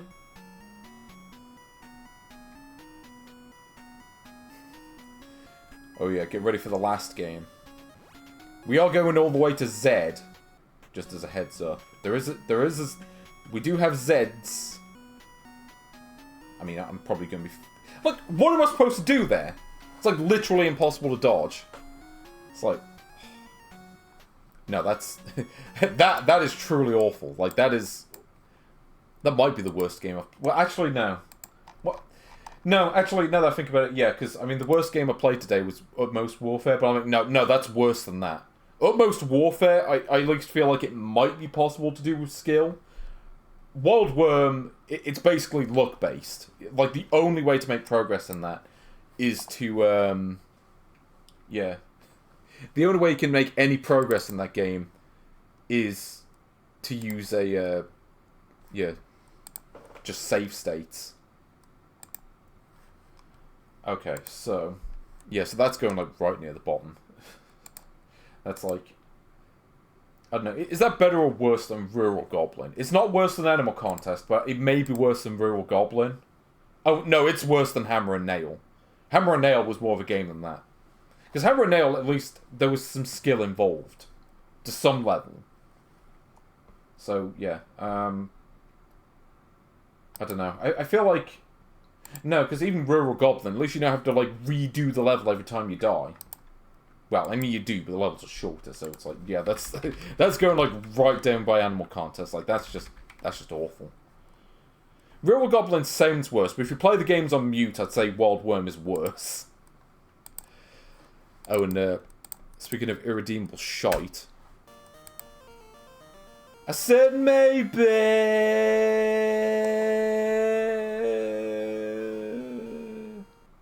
Anyway, yeah. I mean, what do you think I was going to do with a title like that? So, do you remember Indreek? Or whatever that game was? Yeah, it's back. And it's more incomprehensible. Or just as incomprehensible. So, get this. Okay, so in this game... coloured balls move to holes. And if the colour matches the hole, then you press a button. And that's how you play the game. So if it's red, you press the A button, and if it's yellow, you press the B button. Yes, Millipede is still at the top. Though I'd say the best original, I think, is Titanic. Certainly the one that had the most effort put into it, I think. Yeah, this is the game. This is what they came up with. And the sad part is, this is probably still better than Wild Worm. That should tell you just how bad that game is. That it's being outdone by a game where you literally just press a button when a thing happens on the screen.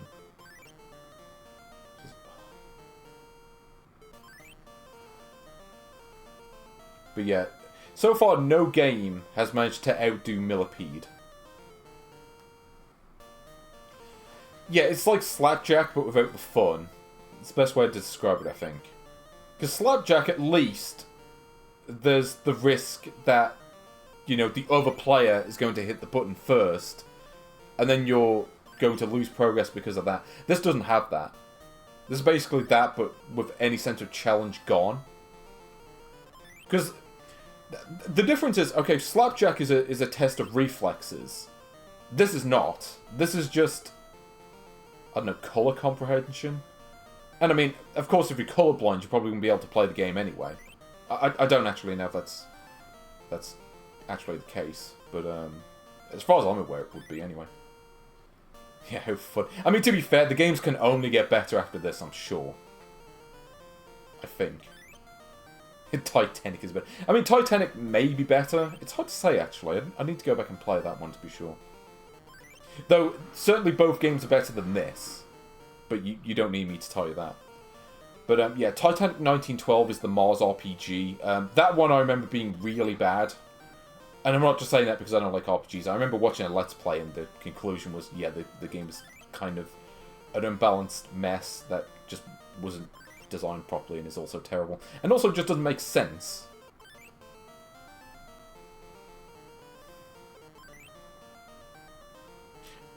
You know, there is one good thing about this game, which is the little faces on the bottom. Oh. Yeah, it's the faces on the bottom that do the little animations where you get it right. Also, yeah, if you get it wrong, that's all that happens. You just lose a life. But you get a bunch of them anyway. Oh. So, guess what? Now the game kind of does become a test of reflexes. Because the colours keep changing. So good luck trying to figure this one out. Okay, here we go. So the first level was like the practice level. Okay, let's see if I can actually make any further progress in this one. Ooh. Yeah, this is a jam. Wonderball jam. Oh, wait, what? I don't even know what I'm supposed to do with that one.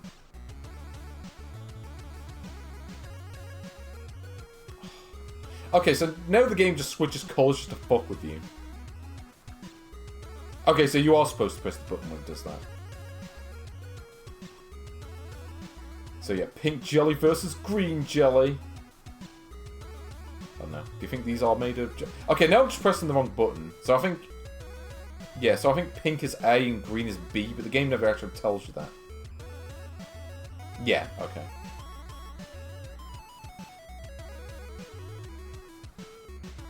Okay. Ooh, there we go. Okay, this is it. Yeah, see, this game needs... Do you think the characters on the bottom are bootleg versions of pink and green jelly? Maybe. I don't know. I mean, it may as well be for all I know. Makes no just sense to the rest of the game.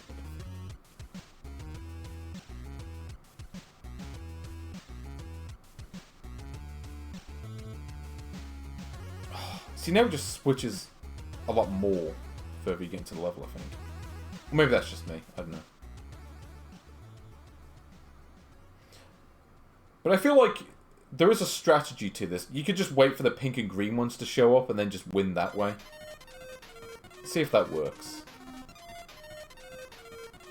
Oh, okay. I missed that one. I was trying to look at chat, but okay, I guess that works too.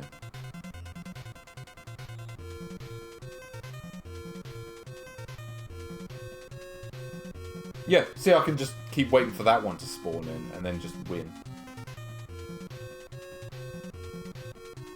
Yeah, this song, by the way, is from Super Dodgeball, I think. Yeah, so I'll just wait for that thing to spawn in, and then I'll win. So I don't think there's any real penalty for... Yeah, as far as I'm aware, there's no penalty for, like, taking longer. Like, maybe there's, like, a high score based on time, but...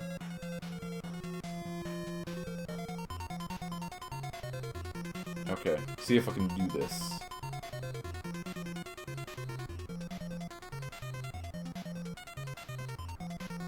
Oh! Oh, no, you don't. But I'll take that.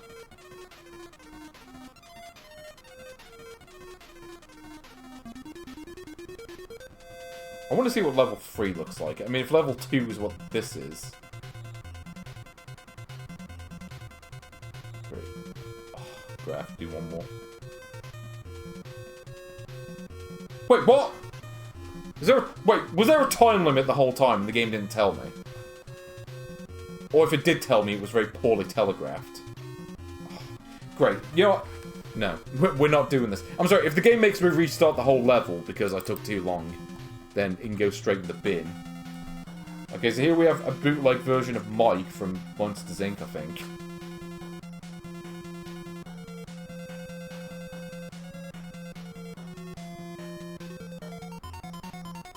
But, okay, so there's a big problem with this mechanic. So, the time limit mechanic doesn't really work in this, because here's the thing.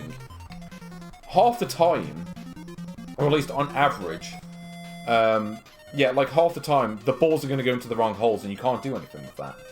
So if that happens, then you basically can't do anything. Oh, sorry, that was it. I got the two mixed up. It's been a while since I've seen Monsters Inc. I apologise. Also, yeah, like, what even is this? You know, I'll tell you what it is. It's going straight in the bin. That is, like... I mean, it is still better than Wild Worm, but not by much. It still belongs in the cesspit. Just where it's going. Yeah, I mean, that's just awful. Again, it's just... It's kind of amazing. I think those are, like, the two really common...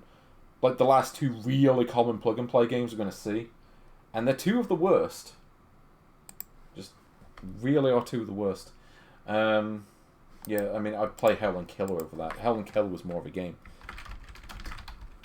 And all the roads we have to walk are winding. And all the lights that light the way are blinding. Yeah, just getting all the trash tier games today. Well, some of them. Ooh, okay. But while we may be close to done with this list, there are still some more substantial games to go through. I'm going to see if anyone has ever played through Wonder Ball. I want to see this. Has anyone ever actually completed this? I don't think anyone's ever played it for more than 5 minutes, other than maybe me. Yeah, I can't find any playthroughs online. Yeah, like, I can see someone having played it for, like, 4 minutes and then gave up. Which, you know, I don't blame them. I do not blame them one bit. I will, yeah. Helen Keller, what? No, that has nothing to do with Wonderball. At least I hope not. But, okay, so the next game is this. So this is Lin Wai Zhuan. I don't know what this is. But yeah, we are not done with the Shenzhen Nanjing games yet. We've got more of these. So I don't know where this actually fits chronologically with the other ones. Let's see if this is any good. So this looks a lot like one of the other games I played. I can't remember the name of it, but it looks a lot like that. It's got the same scrolling effect that you saw in the Zelda bootleg. Yeah, Wonderball is literally a game you turn off after 30 seconds because you're like, yeah, that's just terrible. This, I'm not sure. Oh. Okay, so the game just did that on its own. Ooh. Yeah, this feels a lot like a couple of the other games I've played earlier. In fact, am I sure this isn't just one of the other games? Well, no, I think it is different. Okay, let's just buy... Yeah, let's just do that. Hold on, did I actually buy the objects? I can't tell if I did, like, the buy option. Okay, now I need to figure out what the options do. Great. Okay, so I did buy all that stuff. And unfortunately, I also don't know how to quit the menu. Okay, it's start, I think. No. It's not A, it's not B. How do I exit the menu? I don't know. Oh, no, I'm close to the end. I am close to the end. Wait, did the game break? Because it's not letting me do anything now. It's just like... I think I just, like, soft-locked it. Or... No, you have to press up and down? What? Yeah, I think I might have, like, broken the game somehow. Okay, let's skip the game. I want to at least see if I can get past this opening town area. Let's see what I have to do. No, can't go that way. Can't go over it, we can't go under it. Oh, here we go. Oh, so I can just go straight to the overworld. Hooray! Doesn't make me do some arbitrary quest thing. Okay, I want to at least see what the battles look like before I move on. But yeah, this looks very similar to one of the other games I played. Except this one only has one song, so this seems like a lesser version of the other game. So I think I'm the character on the right. The one on the left is just being a bastard. See what that does. Oh. Okay, I guess that works.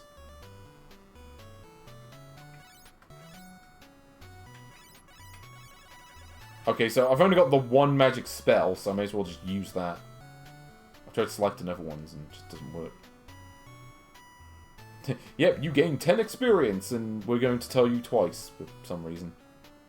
So they literally couldn't have put a battle theme into the game. At least your stats refill when you...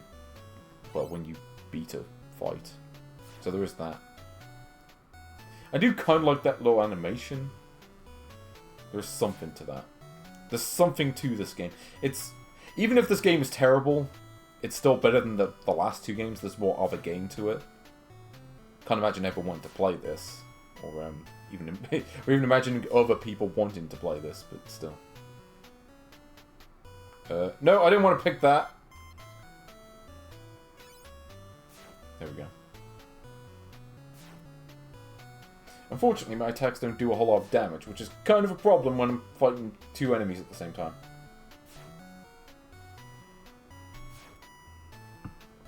So apparently the enemies never actually die in this. It's got the classic Shenzhen Nanjing problem of making the enemies really overpowered. Because yeah, if you ever try to play Shenzhen Nanjing's other games, they tend to be really unbalanced and not very well designed. And, yeah, it's about it, really. So, they couldn't even make a battle theme for this one? It's like some of the other games had that. I don't know. I don't suppose there's a save file on this already. No, apparently not. Okay. Well, since I was requested to skip that one, I think I will take the chat's word on that. Yeah, I mean, I don't know. Would it be better than the Tomb Raider game? It's hard to say from what I've played, but it's less painful to listen to than Tomb Raider, at least. Yeah, I'm gonna say it probably belongs somewhere around here, right around Crazy 8's. If I can look up what the title is, because I've already forgotten. So it's Lin Wai Zhuan. Yeah, there we go. Well, I've got some good news. We're up to the letter Y. Because there are no games that begin with X. They just couldn't be bothered to make any. Or if they have, I've already played them. So here we go. It is time for one of the greatest games ever made. Oh, yes. Okay, let's actually start this. Yeah. Now, you want to talk about the greatest Atari games ever made? Well, you're looking at it. Though, the problem, of course, this is not an Atari game. This is a nice code recreation of an Atari game. Yeah, why? Yep, there we go. So, there are some, Zephyr battle. Yeah, there are some, issues that you may notice with this version. Firstly, the, like, neutral zone here, yeah, looks distinctly off compared to the original. Like, it's rendered in, like, 3 colours, which just doesn't look right. And yeah, the transition effect when you beat the level just looks awful in this version. Just doesn't, again, looks nothing remotely like the original game. Yeah, graphically, this is not even remotely close to the original. I get that with NES hardware, they were never going to be able to do it 100% because of the colour limitations of the Famicom stroke NES. But they could have done better than this, I'm sure. They certainly could have done a much better effect for that force field in the middle. Yars Revenge. Ooh. Well, this was official. That's the sad part. Yeah. People make fun of Howard Scott Warshaw for E.T. At least he never made this port. Oh. There we go. Also note that that barrier on those levels takes a lot longer to destroy. Because on those levels... See, here it works as normal. But on the other levels, it only destroys, like, 1 bit. It just doesn't make any sense. Again, just doesn't quite work like the original does.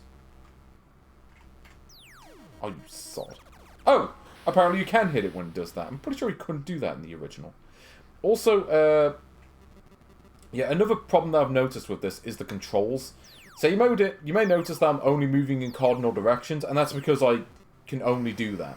You cannot move diagonally in this game. Even though normally you're supposed to be able to, just they didn't bother to program that in this version. And that's definitely not a limitation of the hardware, that's just the programming just being kind of rubbish. In fact, Centipede had the same problem. Yeah, I mean, I would say that the original version of this is one of the best games on the Atari 2600. And again, this is... I don't know, it's one of those cases, it's just not close enough. So, you know, a good recreation of this would be... Maybe not 1-to-1 with the original. You know, it'd still be a bit off graphically, but other than that, that should be the only real big problem with it. Also, the AI doesn't seem quite as aggressive in this one. It seems easier than the original.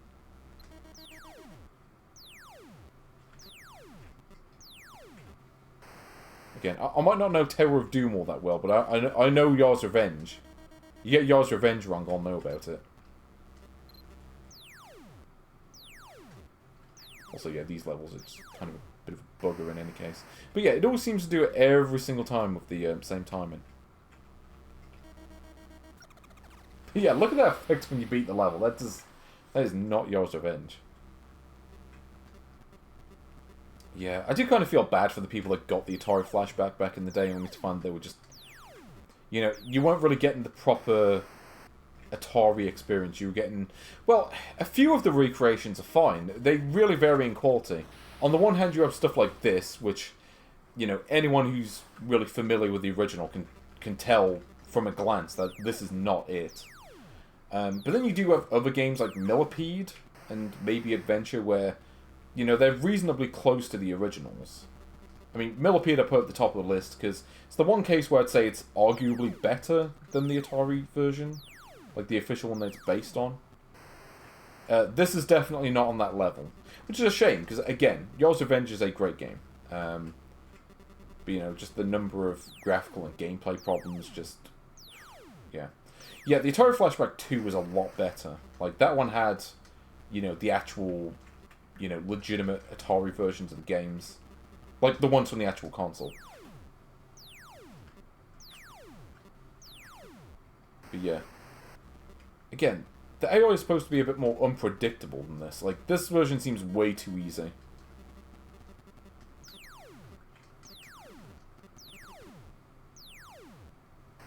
Oh, look at that. Like, I'm avoiding that thing like it's not even a challenge. And that's because it isn't really. Which, again, that's kind of a problem. If you manage to make fucking Yars Revenge seem lame. It's like, how do you do that? The at-games releases. Yeah, I try not to think about those. Though, honestly, they're probably better than playing this. Like, playing Yars Revenge on at-games console, at least...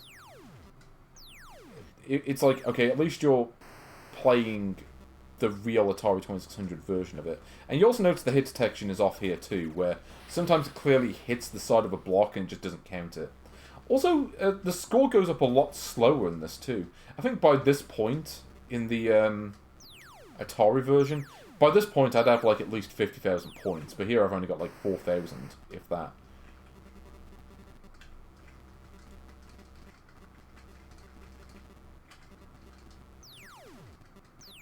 Here we go. Let's see if the AI can try to get me from here. Oh, it tried. It did give it a go. But yeah, from what I understand, like, the Atari Flashback 2 is, like, the good one. And the rest of them just aren't that great. Like I said, the Flashback 1 is just... Oh, I actually died. Holy Jesus. Though, granted, I mean, compared to the last few games, I mean, this is... I mean, this may as well be the original. I mean, you compare this to Wild Worm. Like, it's not even a contest as to what the better game is. It's like, it's not even up for debate. Just, like, even this butchered version of Yars Revenge is still going to be way better than Wild Worm. On account of not being Wild Worm. Ooh, there we go. Yeah, ARM chip. I mean, ARM chip emulation isn't bad, necessarily. I think ARM chips are also used for, like, you know, Raspberry Pi, which can run games like this perfectly fine. You know, I mean, you can run, you know, PlayStation games with ARM emulation, it works. It's just a case of coding the emulators correctly, I think.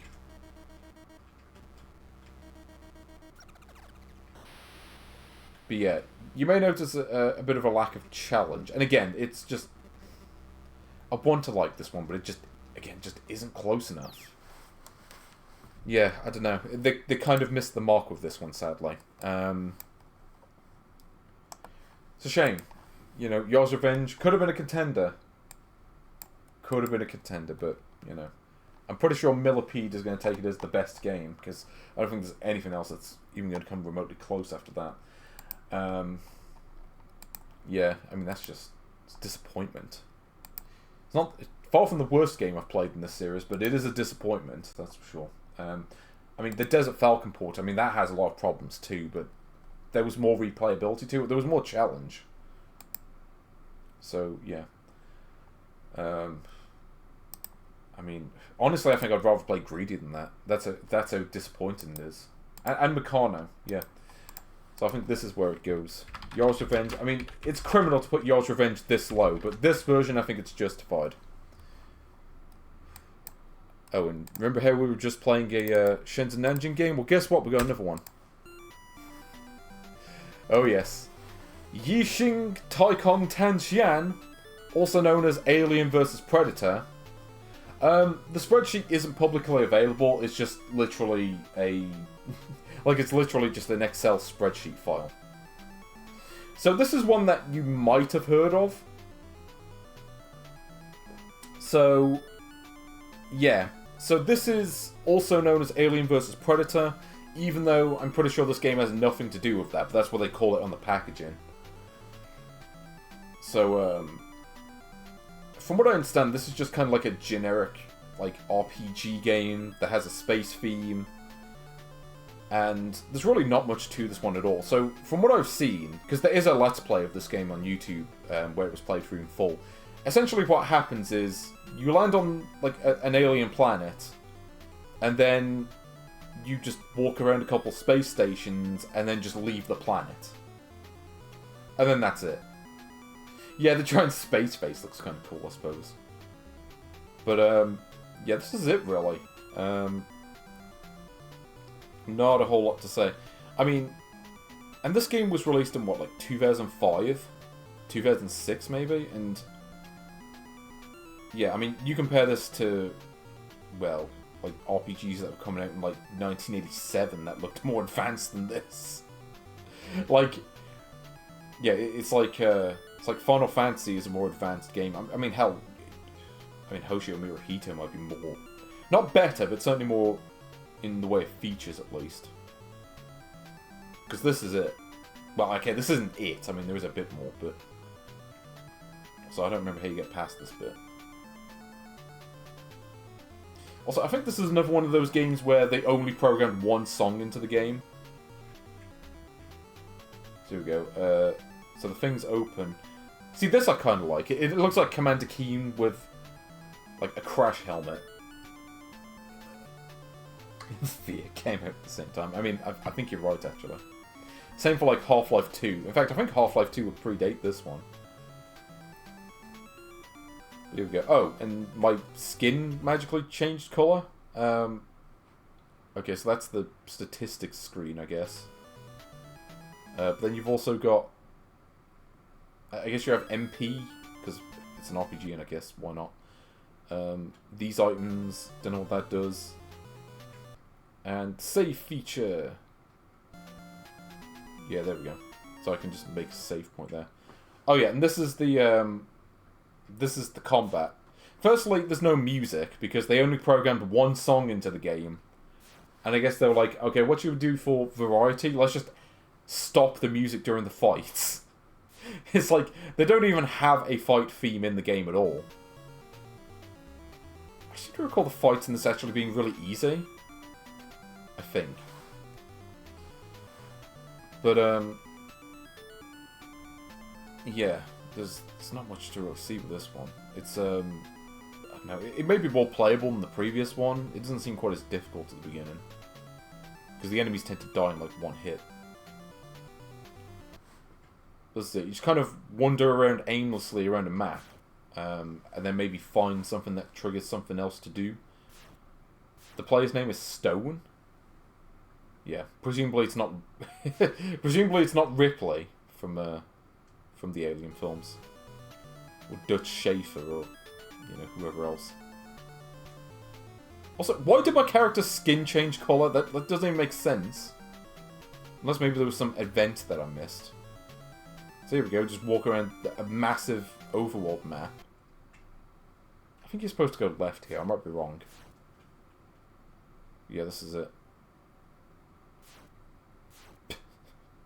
How are you enjoying the amazing sound design? Yeah, I don't remember the scene from Aliens. Or Alien 3, or whatever films they've done since then. Oh wow, an enemy that takes more than one hit to kill. There we go. Hooray, I leveled up. Okay, I'm going to go backwards. I think I'm supposed to go left. Again, I have seen a Let's Play of this. I mean, if you want to see this game being played through to completion, yeah, the Let's Play, I think it was done by Yarweasel, I think, who played through this entire game. And, yeah. So the encounter rate seems quite low, which is hardly a bad thing, because something about RPGs on the NES, they tend to have really high encounter rates from what I remember. Also, does this map just loop forever, or is it just really big? I don't know. Metroid the RPG. Yeah, maybe I'm playing as Samus Aran. Aran. I don't remember how you pronounce his name. But, oh, here we go. Oh, I found the exit. Hold. Is there meant to be something here? No, I think it's just like a dead end. It's like, okay, we just have this screen here for funsies. Or maybe that triggers something later on, but I wouldn't put money on it.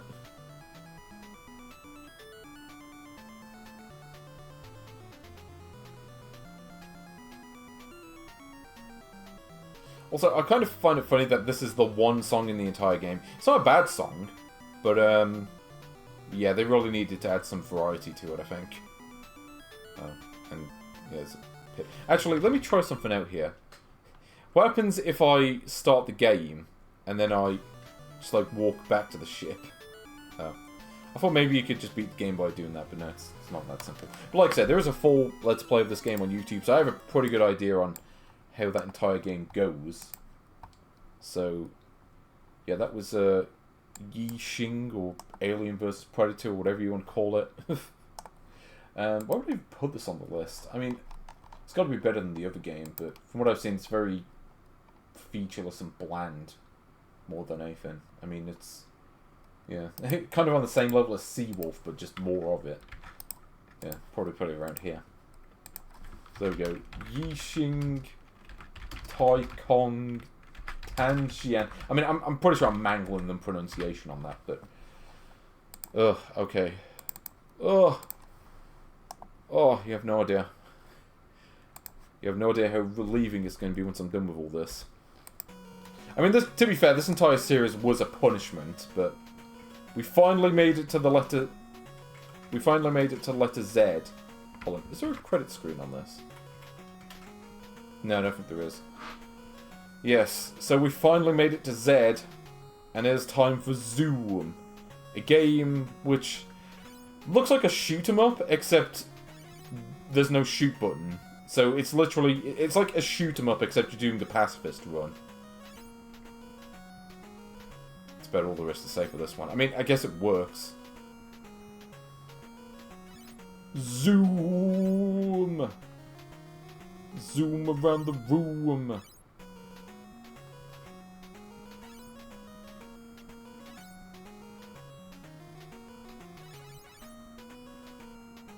Everybody out there, go run, tell your homeboys and girls we're gonna play some Zoom. We'll keep you laughing in the afternoon, so don't touch that towel, fill the room. You ever heard the full version of the Keenan and Kel theme? That's on Ghost Places. I think it's the only, like, kids' TV theme that has the M-word in it. Yeah, they forgot to program the shoot button. So I think it did say Stage 1 at the beginning, so I'd like to know what Stage 2 looks like. So this is another plug-and-play game, but this one you don't tend to see very often, compared to the others. I think the ROM for this... Oh. So yeah, I think the ROM for this one is larger than the other ones. I mean, I could post the spreadsheet, but what I might do is I may copy it to, like, Google... I may copy it to, like, the Google spreadsheet function thing, and then post that. Since, you know, you may not be able to use the Excel spreadsheet if you don't have the program for it. Wait, was this on 198.1 Real Game? I don't remember. I don't have that one, so... So, am I just supposed to go around collecting all the gems, or am I just supposed to not die? Also, get a load of the slowdown. I'm not even sure if that's intentional or not, but I am on Stage 2. Though, how it differs from Stage 1, I don't know. Like, there isn't even, like, a screen transition or anything. It just says Stage 2. Yeah, ending on a bang. If only.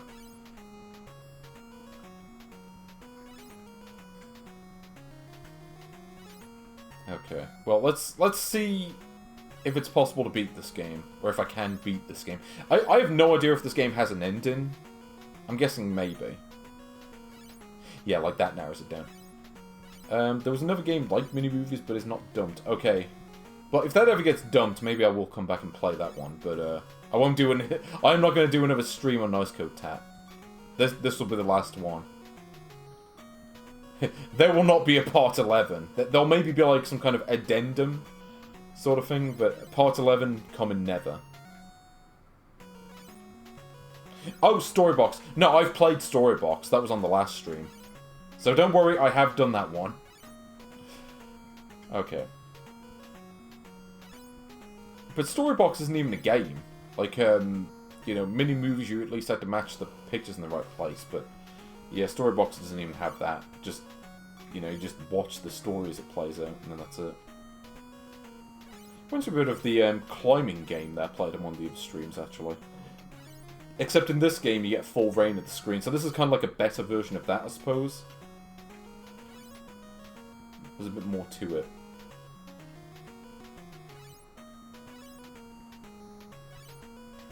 Okay. So it's basically, don't touch the things that aren't gems. And that's the entire game. I mean, I don't know, it's playable enough, I guess. You can do worse. I mean, just see half the other games I've played on the stream. Oh, stage 3! Oh, here we go. Here we go. See how my pacifist run goes. Ooh. Like, bonk. Okay, that does not say bonk. That you're just trying to throw me off. That says, like, Volk. Yeah, Volk. Wasn't Volk, like, the villain from New Pagodi?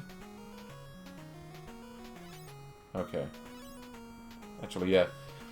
Speaking of New Pagodi, actually, so Dragon Code did make a wait-and-see bootleg that was included on Plug and Plays, but Nice Code never did their own version of it, which is why I haven't played it on the stream. Because they just never did a version. Whoa! Okay. Oh, my dodging skills have become second to none. Though I say that mostly because I don't think anyone else has ever actually played this game for more than, like, 2 minutes.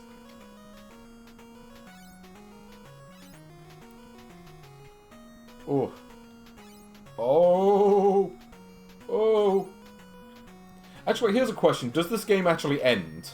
Or does it just loop forever? Like, has anyone ever actually played this game long enough to find out?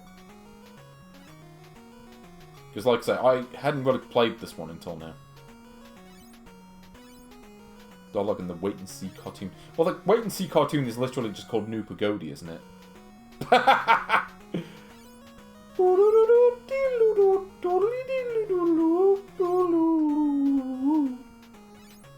What even is this song?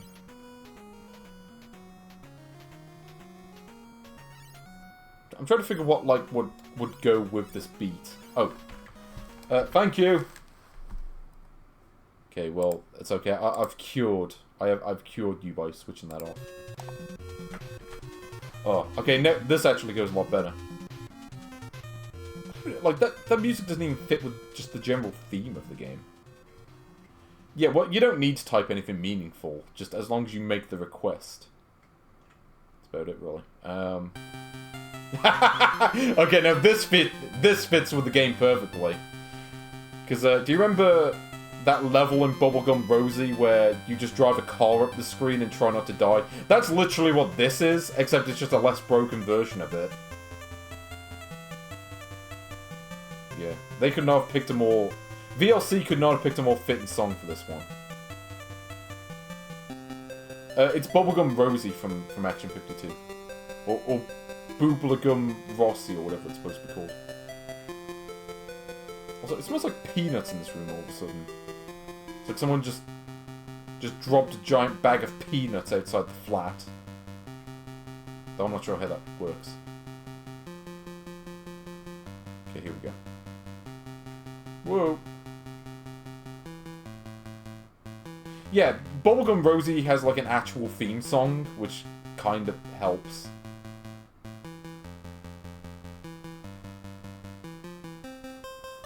I just want to see if this game actually ends.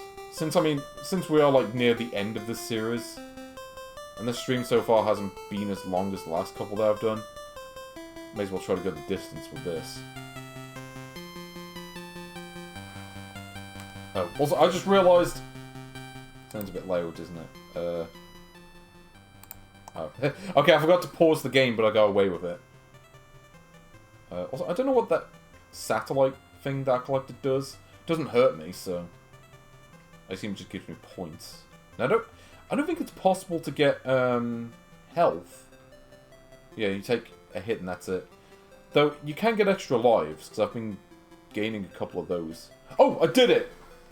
We beat the game! We beat Zoom! Hooray! Actually, I've got to be honest, this screen actually looks pretty good, considering. Yes, so it is on, yeah, the JP server. I mean, I can send the link if you want. There we go. That is as good an ending as any. But that's not all. Oh, you wished it was over. It is not. Because, guess what? They had to make a VTO-free version of this. And guess what? It's zooming! So this is the exact same game, except now instead of playing as a spaceman, you now play as a spaceship. Okay. Okay, so now that collectibles look like things that would hurt you. Backgrounds look nicer, I suppose, but, yeah. So this song sounds familiar. Zooming. Oh, I need to take a look at that title screen again. This music sounds familiar. Also, yeah, they should have called this Aether. Like, they've been slacking on the Aether versions of these games. On this stream. So what is that? It's like a space vacuum cleaner. Yeah, it wouldn't surprise me if the background was taken from Musha. Seems like it might be. But, anyway. Oh, okay. So that's Zoom done. Zoom is completed. I actually beat the game. You saw it. And, yeah, I'll give it some credit. The ending screen actually looked pretty good. That was actually one of the more playable ones. Not great. But, yeah, it's one of the better ones I've played today. I don't know. I mean, I'd probably put it just above Island. The music is awful, but there is more of a game to it. So, there we go. But that's still not all. Oh, yes. You thought it was over with Zoom. It is not. No. There is one more game that we have left to cover. And that game is whyyyyyyyyy Zang, which is yet another RPG. For some reason, they just saved all the RPGs for the end, just to spite me, I think. Okay, well, let's just get this one out of the way. Okay, it's worth it just for that title screen, I'm not gonna lie. Like, that is a face. Oh. Okay, let's start this one. See what we've got. So, I think just like the previous one, there's only one song in this. Is this meant to be Journey to the West? Yeah, this looks just like the last game, but like Chinese medieval themed. It's like they just took that game and just changed the setting.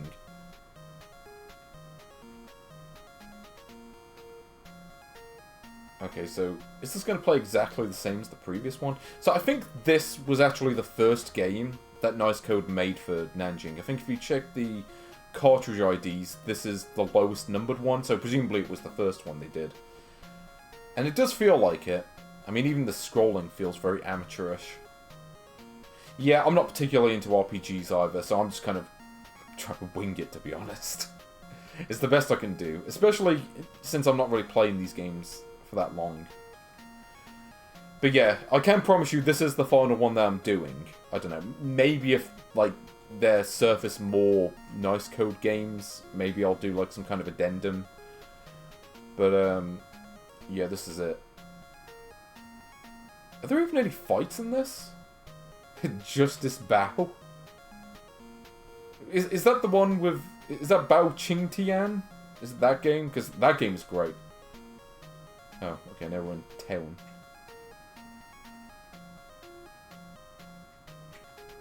Okay, so I'm trying to, like, pick a mount.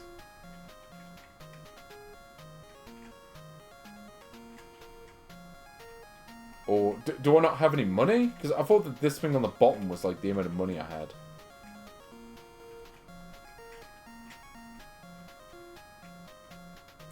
Well, to be fair, the previous game didn't have jerky tile movement either. That one also worked like this.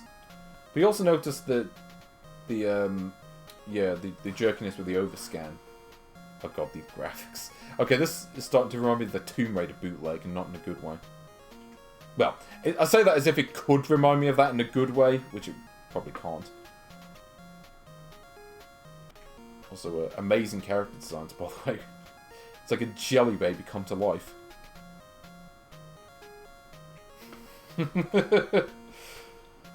Oh, I'd like to be the World League champion.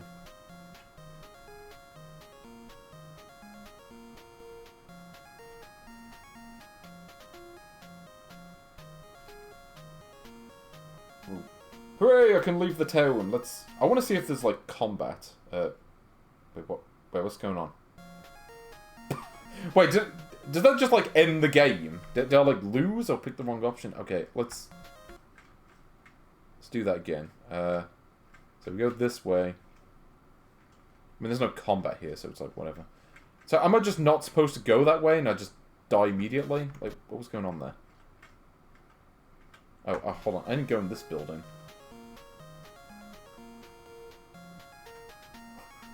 Yeah, do you think this is going to be the only song in the whole game? Okay, I'll buy a couple of things and then leave. Maybe I need those things to not lose. Okay, I'll try picking the second option and see if that doesn't get me killed. Actually, but you know, let's save. There we go. Wait, so is that just like you went in the wrong place, game over? Yeah, so so literally you just die for no reason. Like the game doesn't even explain it, I don't think. Or maybe it does on that screen, but I wouldn't put money on it. Probably just says, "Oh, you lost, game over." Oh wait, what's going on here?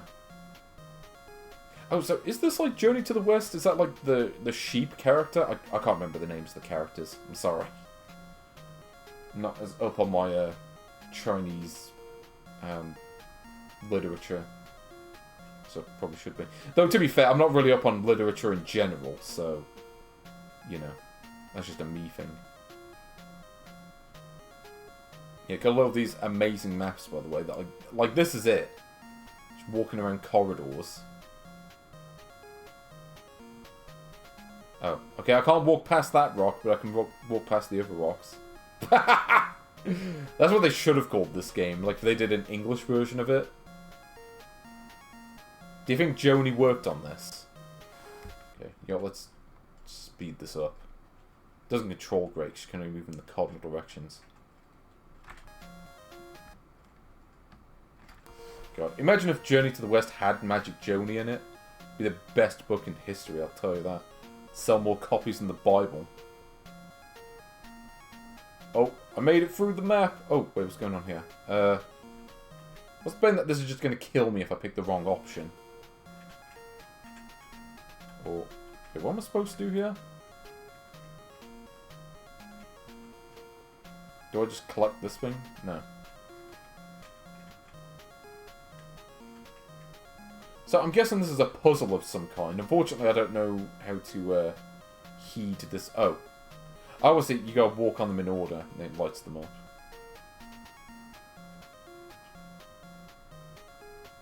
Well, at least it lets you just, like, do this. Yeah, there we go. And then the letter flies away, I guess.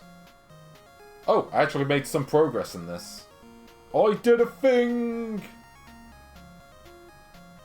Fine, yeah, I'm just gonna save here. Let's see if walking up to that other area doesn't get me killed immediately. Let's see. Okay, so now I can actually walk through this bit. Oh, wow, there's actually combat in this. It looks just like the Alien vs. Predator game I was just playing. Except now I'm fighting wolves, I guess. So yeah, that does look like Sun Wukong, but it looks nothing like him on the title screen, so I don't know what's going on there. So yeah, this really does just feel like the Alien vs. Predator game. but with different graphics and I guess a different map as well. No, I'm pretty certain that that is the only song in the game. It's kind of the same deal as Alien vs. Predator. So, yeah.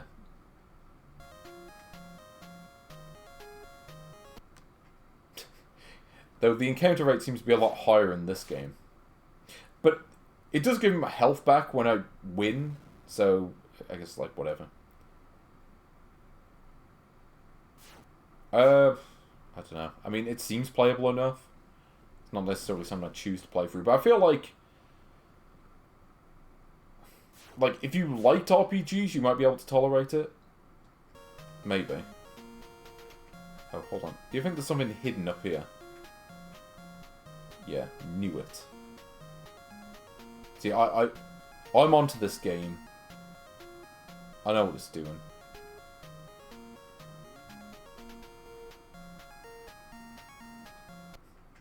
Oh well, I guess fight a snake now. Also, apparently I'm in a forest, but it looks nothing like it on the overworld. It just looks like rocks.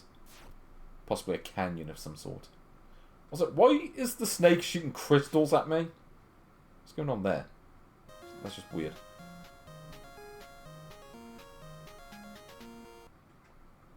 Okay, so yeah, this is about it really. I guess it's kind of like the Tomb Raider bootleg, except with turn-based combat instead of action-based combat.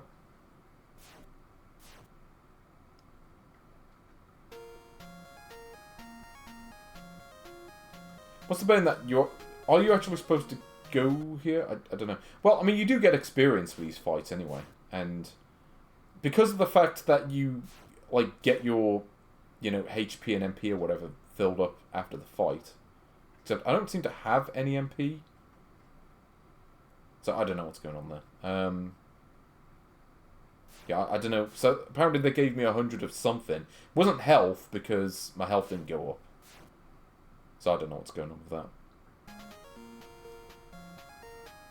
Hopefully that was a permanent increase in something. Don't know. But I'll keep going with this one for a bit. Then I think I will call it a wrap. See if there's anything at the end of this area. Oh good, now I get to fight 2 enemies. So the problem is, I've only got the 1 attack. I don't have any like magic powers or anything. Yeah, this is it. Yes, this is the last game. It's the last one alphabetically, and I'm pretty certain I didn't miss anything. Like, I missed out mini-movies, but I did go back and play that, so pretty sure this is it. This is how it ends. Not with a bang, but with a very Chinese RPG. Not really a whole lot more to say about that, really. Just, that is how it is. That's how it works out. So I guess the Chinese language really favours the last few letters of the alphabet. Yes, it does end with a journey to the west. A journey that is going to go nowhere. Except to the left, I guess. Am I even supposed to go this way? I don't know. Wait, was that just the area I was in at the start of the game? Okay, no, this is different. Okay, so I made it all the way to this area to find an empty house. Like, can I even do anything here? Nope, apparently not.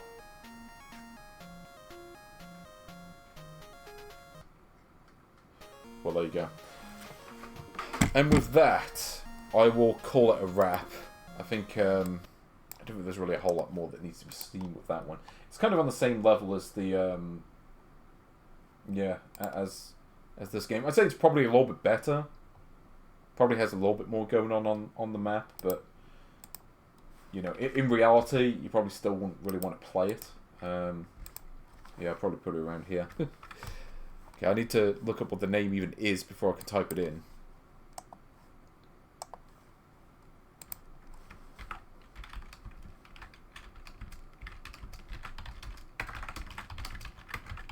Yeah, so that is the game. Whyyyyyyy Tang Zang. I'm going to save this just in case. Yeah, let's take a look through this spreadsheet. I mean, because basically this entire project was a punishment for not finishing another game. I was like, I have to come up with a punishment for myself because of that, for disappointing you people for not finishing that game. And now I've played all... how many games is this? 276 Noise Code games. I played them all. I've done every single one. I've played them all for at least a few minutes, except for maybe a couple of the board games that are just, you know, aren't really worth spending a real amount of time on. Yes, the deed is complete. I have finally got this out of the way. But so, were the games any good? I mean, the millipede conversion is really good. You know, I can't fault that. Adventure is pretty good, aside from a couple of weird bugs. Yeah, I mean, like, I don't know. I mean, the top 10 or so games are fine. You know, like these ones, I'm like, you know, I wouldn't mind going back and playing these just on my own time. And then you got games a little further down where they're not necessarily bad, but like they either don't have enough content, like Curly Monkey 2.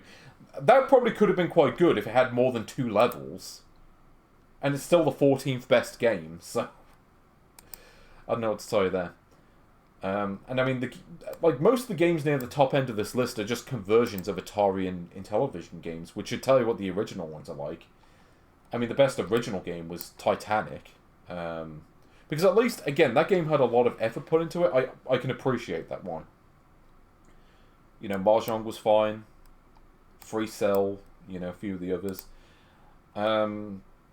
But it's a case that in almost all of these cases, I mean, even with these conversions, even the good ones, most of the time they are outdone by the originals. I mean, Adventure is fine, but would I rather play that over the Atari 2600 version? No, I wouldn't. Because, I mean, that version is just a better version. The only one that really surpasses the original is, I would say, possibly Millipede. And even then, that's just comparing it to the Atari version. Compared to the arcade version, or possibly even the... But I was going to say the NES version. It might be better than the official NES version because you get the full playfield rather than just inside a little window. Which is what puts it at the #1 spot. That's the reason why it's the best one. And then, you know, in terms of games that I might choose to play, I mean, I'd probably put the limit somewhere around, I don't know, Slapjack. I think, yeah, I'd say these are the games where I'm like, I might play these in my spare time. If I just happen to feel like it. And then everything below that, other than maybe trying to beat them, I'm just not going to play them again. You know, it's like, am I really going to play Fishing? Or Sudoku? It's like, no, I'm not going to do that. Bomberman, you know, just loops forever. Could have been decent, but just kind of doesn't quite get there. And then, like, I mean, 5 Card Draw is at number 63 on this list. This is like the midpoint. This is like mediocre but playable, and it's like it's in something like the 70th percentile at least. But actually, no, I think it's more than that. It's probably more like the 77th percentile. Yes, I did do a minute-long speedrun of C-Made. You can literally clip that and have the entire game played in that amount of time, which is kind of a testament to these games. I mean, C-Made is pretty high on this list, isn't it? I can't remember. Actually, where was C-Made? Now I'm curious. Oh, yeah, 78. C-Made was 78. It was better than the majority of the other games. And that's a game you can literally beat in 1 minute, depending on the version you play. Also, you have the Assot speedrun. So the 100th best game was reversing. Like, if I had to say what are the 100 best Noise Code games, I'd end up having to say, oh yeah, you should check out Build Pillars, or Reversey, or Old Maid, or that butchered version of Yars Revenge. It's just, I don't know. It's just, I'm just looking through this list and I'm like, so much wasted time that I could have spent playing a good game. But then again, it's me. You know, do you really expect me to play good games? That's just, it's not my sort of thing at all. Though I will change it up. I will change it up for December. You will not be seeing more Nice Code games for the foreseeable future. But I'm just scrolling through this list. It's just, how are there so many bad games from one company? How can one company make all of this. It's kind of the thing, like, I sat down to play these games to see, are these games really that bad? And the answer was, yeah, kind of. Yeah, for the most part, they kind of do live up to that reputation, or live down to that reputation, I suppose. And then you've got, like all the games down here, like this set.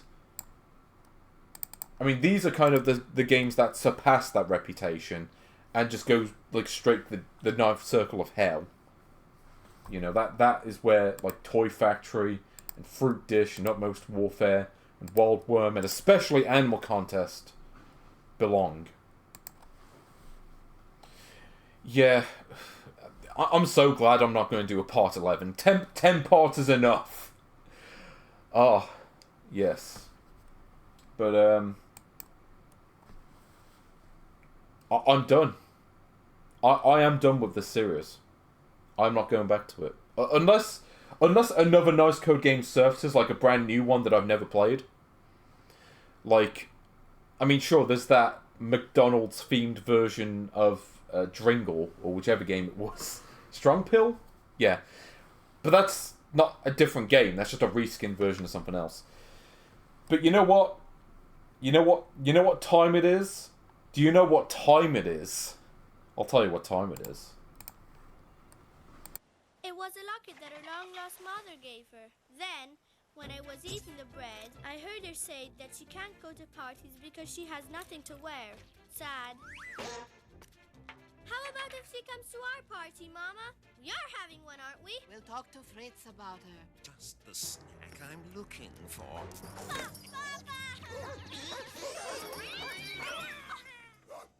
If it hadn't been for you, I would be now in someone else's digestion.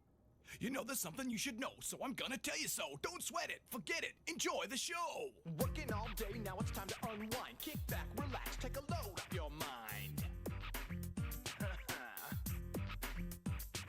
I'll be busting the moves and I'll be busting the rhymes. We'll be busting up laughing cause it's party time. Everybody's feeling fine cause it's party time. Party time, party time. Everybody's feeling fine cause it's party time. Party time, party time. Everybody's feeling fine cause it's party time. Party time, party time. Everybody's feeling fine cause it's party time. Party time, party time. Everybody's feeling fine cause it's party time.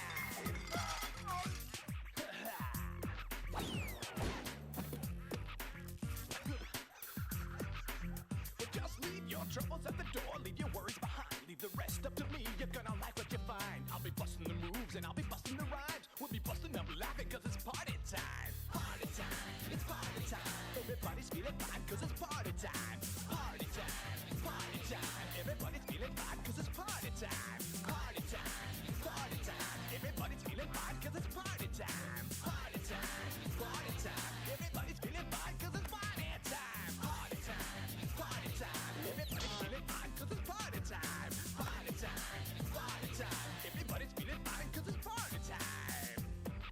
Party time. It's party time. So it's party time. You know what I'm going to celebrate with for this party? I'm going to play a good game. Specifically to remind myself what this punishment entails. I'm going to force myself to play, like, a good game. And then it will be like, okay, here are the good games that I could have been playing for the last 3 months. Instead of having to play fucking Fruit Dish. Actually, I'm just having to look. Yeah, let's play a good game. Like, and I'm just randomly looking for this list. Yeah, I need to remind myself of what a good video game is. I mean, granted, I've been doing that constantly with the midweek streams. Well, I think I know what time it is. I know what time it is. Do you know what time it is? Because I know what time it is. Yeah, I'm going to play a game that isn't on the NES app service. Just because.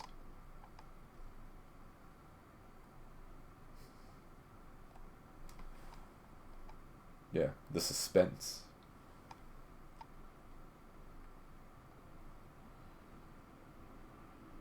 Yeah, remind myself of good games.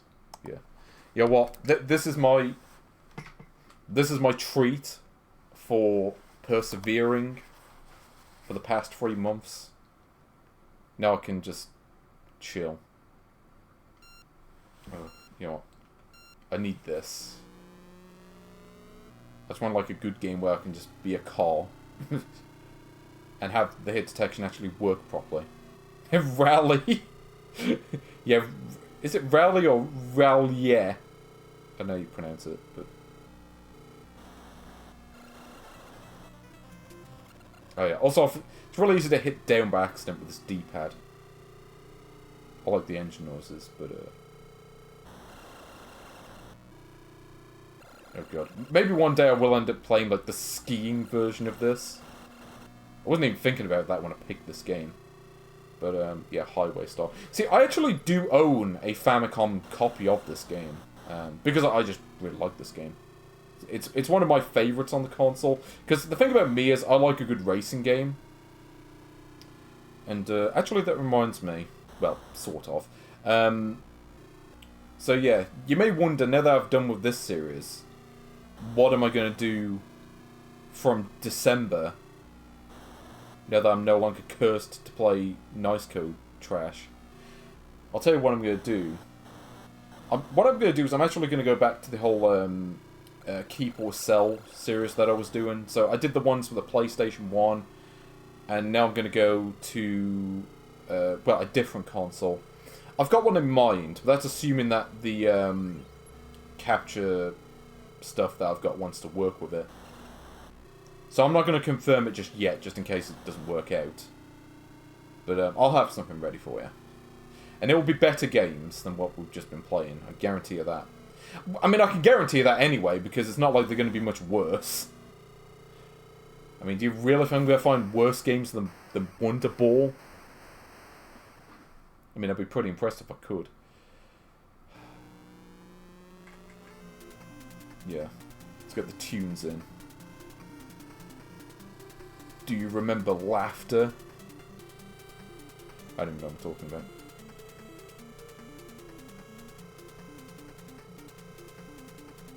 Yeah, I'm just gonna play this for a little while. You can talk amongst yourselves. Elf Legend. I'm pretty sure I played through Elf Legend already on stream. Because I definitely remember finishing that game. Just because I really wanted to see what the cutscenes were like. Because I do remember finishing that. I know I beat Chippendale 2 in some form. I beat the official one. I think I beat the bootleg as well. Yeah, Road Blasters is a great game. Though, I don't know. I'm thinking maybe I should play the Mega Drive version. Because the Mega Drive version is the true classic. Alongside the arcade one. The NES one is good. Mega Drive one is a little better though.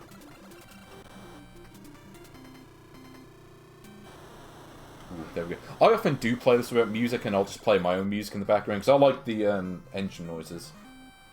Yes, the Mega Drive version is really good. One of my favourite arcade ports on the system. Ooh, here we go. I don't know. Should I just play this game until I, like, inevitably lose? It's not the easiest of games. It's the kind of game that it continues to finish, really. Especially when the cars keep changing lanes. Wait, are those lyrics to this song? Like, does this song have lyrics? Because I know there are, like, Famicom games where the theme song has lyrics to it. Like Hector 87, or I'm trying to think what else. Was Journey to Silius one of them? I can't remember. Volcano the Lava. Okay, I'm not going to do that. I mean, you can play that in the background if you want. You're more than welcome to. But I'm going to play this instead. Oh, it's from... Yeah, I really want to play Daytona USA 2. I don't really get the chance to because, you know, like, there aren't any arcades where I am that have the game. And, I don't know, it's like, have they re-released that game? I think they re-released it as part of, like, Yakuza 8 or something, but it's like, I'm not going to buy that. Because it's like, I have to play Yakuza 8 to play... Oh, bugger. Okay, I'm doing really badly today. No, I'm going to lose on the second level. But, No, what was I going to say? But yeah, it's just... I don't know, it's just... I'm not going to play that because I just don't want to. It's as simple as that. It's just, you know, if I want to play a game, I'm not going to play it. And I'm not playing a game I don't want to play like an arcade game that I do want to play. Also, that's one thing I really like about this game, by the way. You can just like coast to the checkpoint and... Oh, you bastard. Qualify that one. But yeah, it's just, I don't know. I mean, the problem is, I mean, if they released that game on its own, just as like a Switch eShop thing, I would buy it immediately. So I do like Daytona. I've got Daytona for Dreamcast. Okay, I'll go look super fast here. That's not gonna help. Ooh, okay. Thankfully, they're at least a little bit forgiving with checkpoints early on. There was something that I was gonna say actually. Oh yeah, I was out in town just doing the rounds, and I walked past like there was this like place for I don't know. They got like a couple arcade cabinets in there. And there was, it's like Street Fighter 2 arcade cabinet, or at least Street Fighter 2 themed, anyway. There was like a kid there playing Strider, and I'm like, the fuck, there's a kid playing Strider. It's like, what? I mean, Strider's a great game, it's just, I don't know, just threw me off a bit.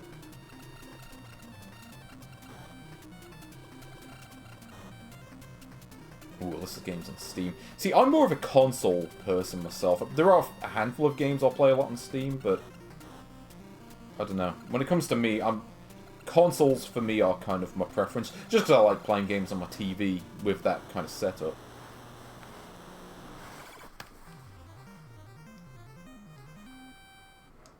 Ooh, okay. Also, yeah, Volcano the Lava, I think that's like a raid thing, isn't it? Yeah, well, anyone can appreciate a good game of Strider. As long as it isn't Strider 2, the piece of shit US Gold game.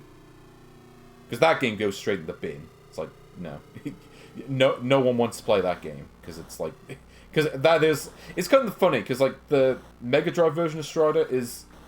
I would say possibly one of the best arcade conversions on the system, along with Road Blasters.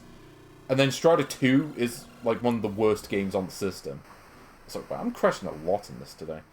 Yeah, there's no way I'm beating this game. God. See, I find that really sad that nice code games are so common nowadays. Because, again, like I mean, it's like I was saying when I was just looking through the spreadsheet. Like most of those games are genuinely kind of bad. Ooh, here we go. Let's get this theme. Give me... Nobuo Uematsu.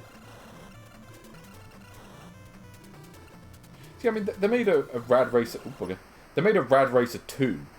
But Rad Racer 2, I don't think even has as many songs as this. This has 3 songs. That game, I think, only has 2, oddly enough. Not that the songs are bad, it's just... I don't know, it's just kind of weird.